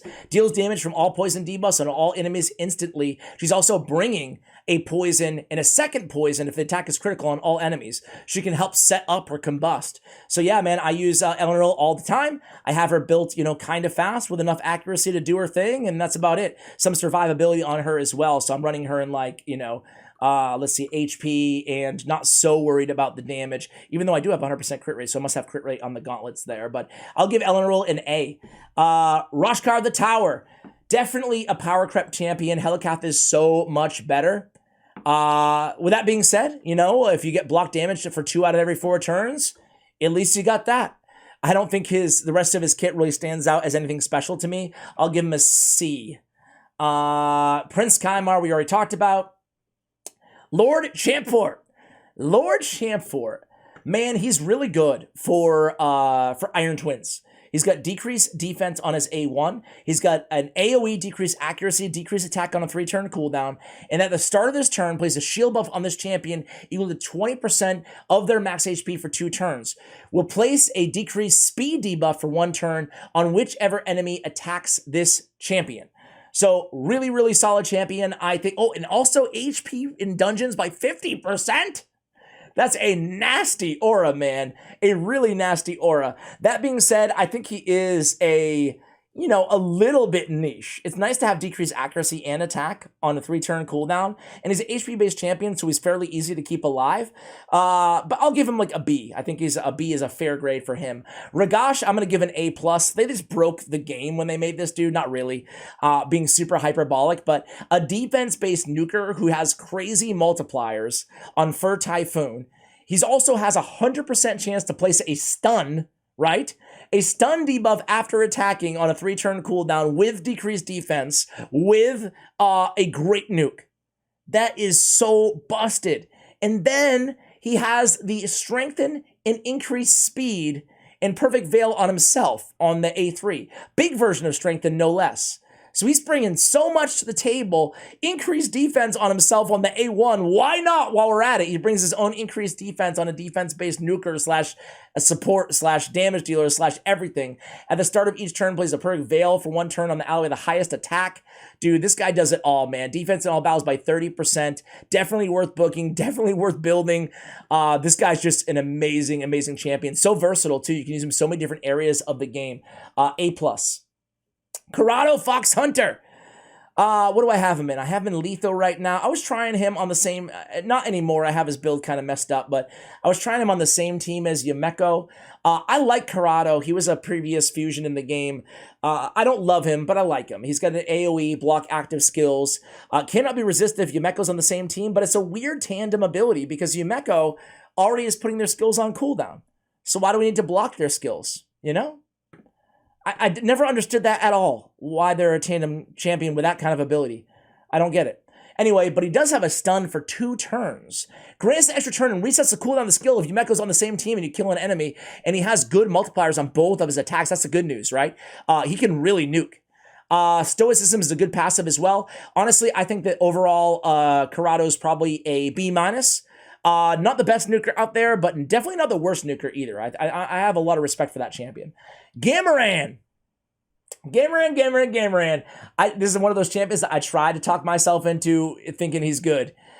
He has a buff spread, so he's stealing a random buff on an AoE, and then he's spreading a random buff. Still a very unique champion to have a buff spread in this game. And then you can target living or dead. Basically, you're doing raw damage based on 20% of their HP, whether they're living or they're dead. You're getting a heal or doing raw damage.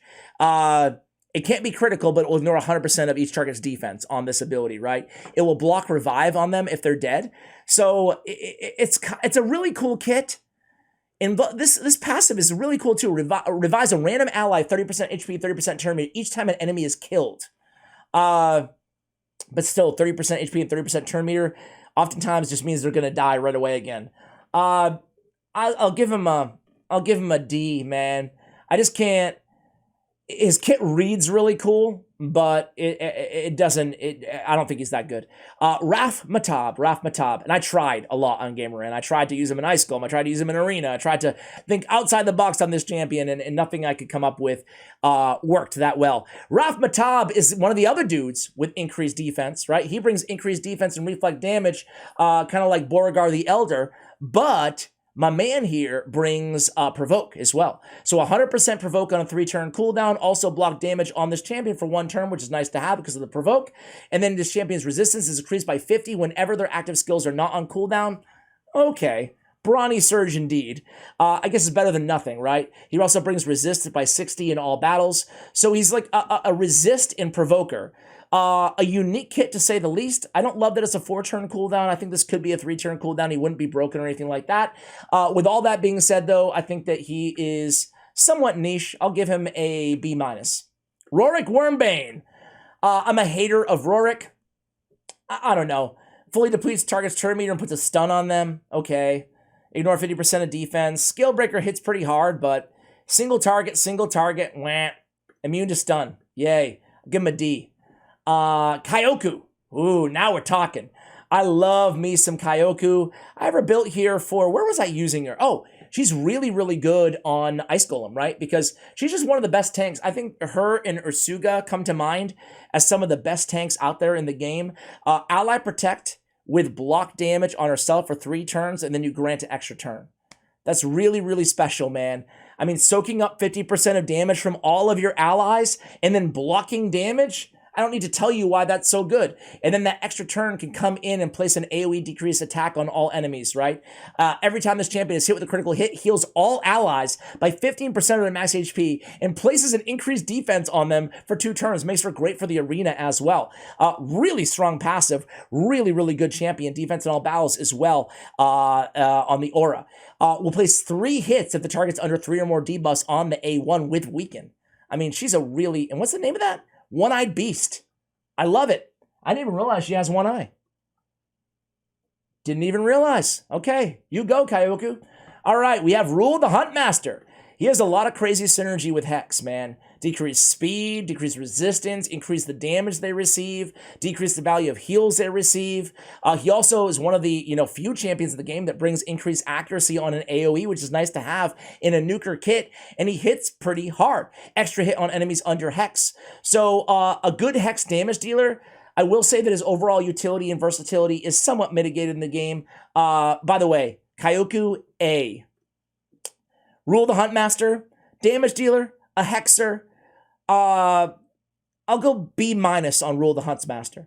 Iron Brago. He is a defense-based champion who brings the increased defense for 3 turns on a 3-turn cooldown. Also has a stun for 1 turn. Really, really good ability and really solid multipliers. This guy can smack. He has an AoE attack with a provoke, 75% chance. Also plays a decreased attack if he's under increased defense, which again, he always is because he has it for 3 turns on a 3-turn cooldown. If you're looking for damage, if you're looking for a little bit of stunnage, if you're looking for increased defense all the time, if you're looking for provoke, look no further. He also has this great passive, increase the defense of all allies by 10% of this champion's defense. Dude, 5,000. Give me an extra 550 defense on all of my champions. That's so solid, man. That is so solid. That's really, really valuable. So great champion. I'm gonna give him an A. Vergamcar. Oh, Vergi. He got a big buff too. I actually like this little. I don't think anybody put Vergamcar and little in the same sentence ever until just now. This guy takes up the whole dang screen, man. You can't even see what he looks like, barely. They gave him a really much-needed buff. He's actually not a bad champion now. He removes all provoke and run random debuff from all allies, plays an increased defense on all allies, also a shield on all allies, all on a 3-turn cooldown. It's a really good support ability. On the A3, attacks all enemies, removes a random buff from each enemy, has a 100% chance of removing 2 buffs from each enemy when booked, plays a hero reduction and a decreased defense. So now my man is bringing increased defense, shield, a little cleanse, a little buff strip, heal reduction, and decreased defense, all on a 3-turn cooldown. That's really good. Immune to provoke. Fills his champion's turn meter by 20% every time an enemy attempts to provoke him. Man, this slug's the man now. I'm going to give him a B+. I think that Vergamcar, people are sleeping on the new Vergamcar. Drockle the Gaunt. So he has a stun on the A1. He has an increased attack, increased defense, and a block damage on allies with less than 30% HP on the 3-turn cooldown. I love that he has increased attack and increased defense, big versions on a 3-turn cooldown. Mithrala Lifebane, step aside. Drockle the Gaunt is enter the neighborhood.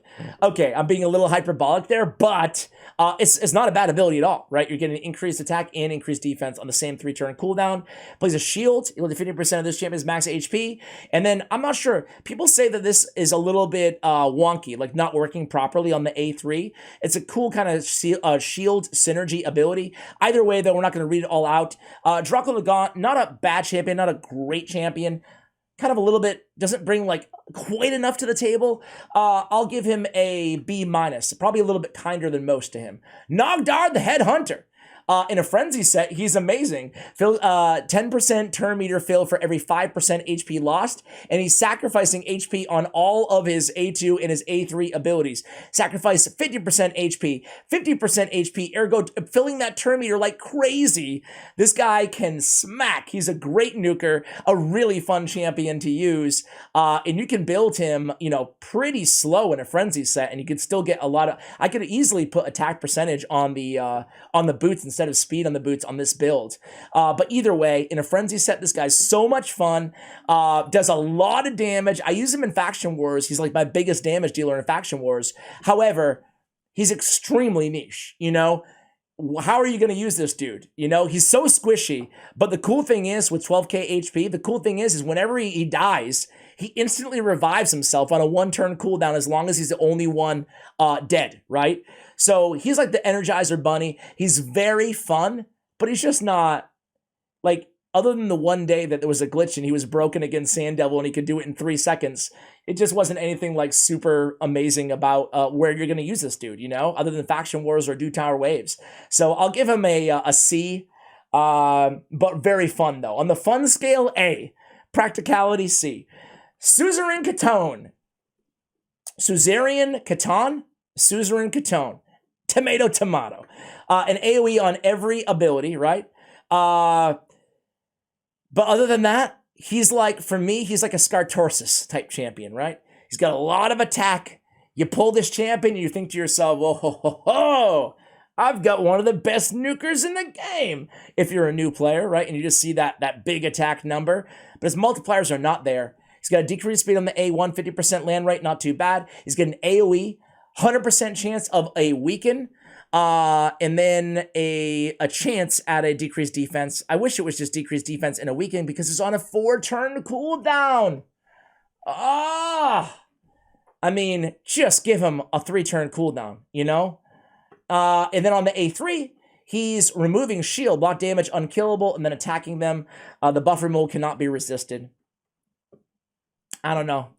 I'll give him a C+. I just don't. Put him in a stun set and just lock down everybody in Doom Tower waves or something like that. Like, he's not a trash champion, but again, I think that's pretty much that, and Faction Wars is pretty much the limit of his utility. Either that or maybe like earlier stages of Hydra Clan Boss as well. Theodore the Savant. A defense-based champion. I have 2 of them built, as you guys can see here. Defense-based champion, I have 1 in Relentless here. Just amazing. It's an AoE, decreased speed, same as Chris the Ageless on the A1, same as White Dryad Naya. He has a 100% chance of placing 2 poisons, poison sensitivity on all enemies, and then while we're at it, let's add an increased speed on all allies. And then chemistry. Increase the duration of all poisons and HP burns, then instantly activates any poisons, any HP burns, places a weaken on enemies not under poison or HP burn. Yeah, man, a great speed farmer pretty much anywhere. I use him in Fire Knight 10 hard, and he's amazing for damage. He brings the increased speed. He's easy to keep alive. He's defense-based. I'm going to give him an A. Very, very good champion. Shamrock! What's up, Shamrock? We're finally nearing the end, guys. If anybody listened to this or watched this in one sitting, thank you so much. That is insane, the support. Or in 2, who cares how many sittings? If anybody's hearing my voice right now, you made it. You made it, man! Or woman. Sorry. All right, here we go. Back to the case. So Shamrock, very fast, good base stats, right, on this dude. I like Shamrock. On his A2, increased defense, increased speed with more than 50% HP, increased crit rate, and then revive on death with a continuous heal if they're less than 50% HP. Exactly what we need when we need it. Decreased speed, decreased turn meter fill on the A3 ability. Really good support and kind of just support champion. Like, again, he's kind of one of those flex champions that you can sub into a role. It'll just make everything go a little bit smoother, right? So I would say a B grade for Shamrock, maybe a B minus. Richtof the Bold. So Richtof the Bold is a pretty cool champion. He's an AoE on his A1. He's placing not 1, not 2, but 3 poisons on every enemy for 2 turns on his A2. So it's only attacking 1 enemy, but he's placing 3 poisons on all enemies. And then Curse Holder, the damage goes up for each poison out there. He can be a nice poison damage dealer out there, or a nice poison instant activator to go alongside an Eleanor or a Theodore the Savant, especially if you don't have champions like Calvalax, like I don't. Other than that, you know, he's a little bit niche. You could use him to destroy max HP, maybe against Scarab King as well. Could put him in a stun set if you wanted to on the AoE on the A1. So there's some different ways you could build this champion. I'm going to give him a C+. Ghostborn. So a lot of people use Ghostborn right now. I do not use him right now outside of Faction Wars. But his claim to fame is, first of all, he can deal some pretty decent damage on 2 AoE attacks. He has decreased defense on his A1, but he also has decreased defense that cannot be resisted with an increased attack on all allies for 2 turns. A lot of people forget that he's bringing increased attack on the same ability. This is a really good ability, right? Doesn't need accuracy. You get more damage out of it. It's the optimal most damage to the target, you know, in terms of bringing the increased attack and the decreased defense, and it can't be resisted. So we'll give Ghostborn an A-. Queen Ava. Queen Ava needs a buff, man. She's a good, because of energy drain, which resets the cooldown if you kill an enemy. She's a good campaign farmer, but that's about it for me. Her damage isn't anything to write home about. It's not that crazy. She's just so niche, man. And she's not the best campaign farmer, right? There's like, you know, Saurus. She's the same as an uncommon, you know? Maybe a little bit, maybe 1 second faster. Like Fellhound is like a 1 or 2 seconds faster than her, just because of the animation speed. But either way, I mean, outside of that, I don't know. For a legendary champion to be like a campaign farmer for the most part, or like a very early game, you know, nuker in the arena or something like that with the Deny Revival, I'll give her a C-. I think she needs a buff. Astrolith, the last champion, guys. So Astrolith's claim to fame is she places 2 bombs that detonate after 1 turn that cannot be resisted. Very powerful bomb placement. And then she has, I don't even have masteries on her. I asked you guys, I'm going to end the video where I started it the other day. I'm also sitting on this. Why do I keep going to my Guardian Ring? I'm also sitting on this. a 6-star Astralis blessing. But I never use her. What should I do? I could trade it in for 1,000 of the Eternal Soul stones, coins, whatever, which would get me 1 Eternal Soul Stone.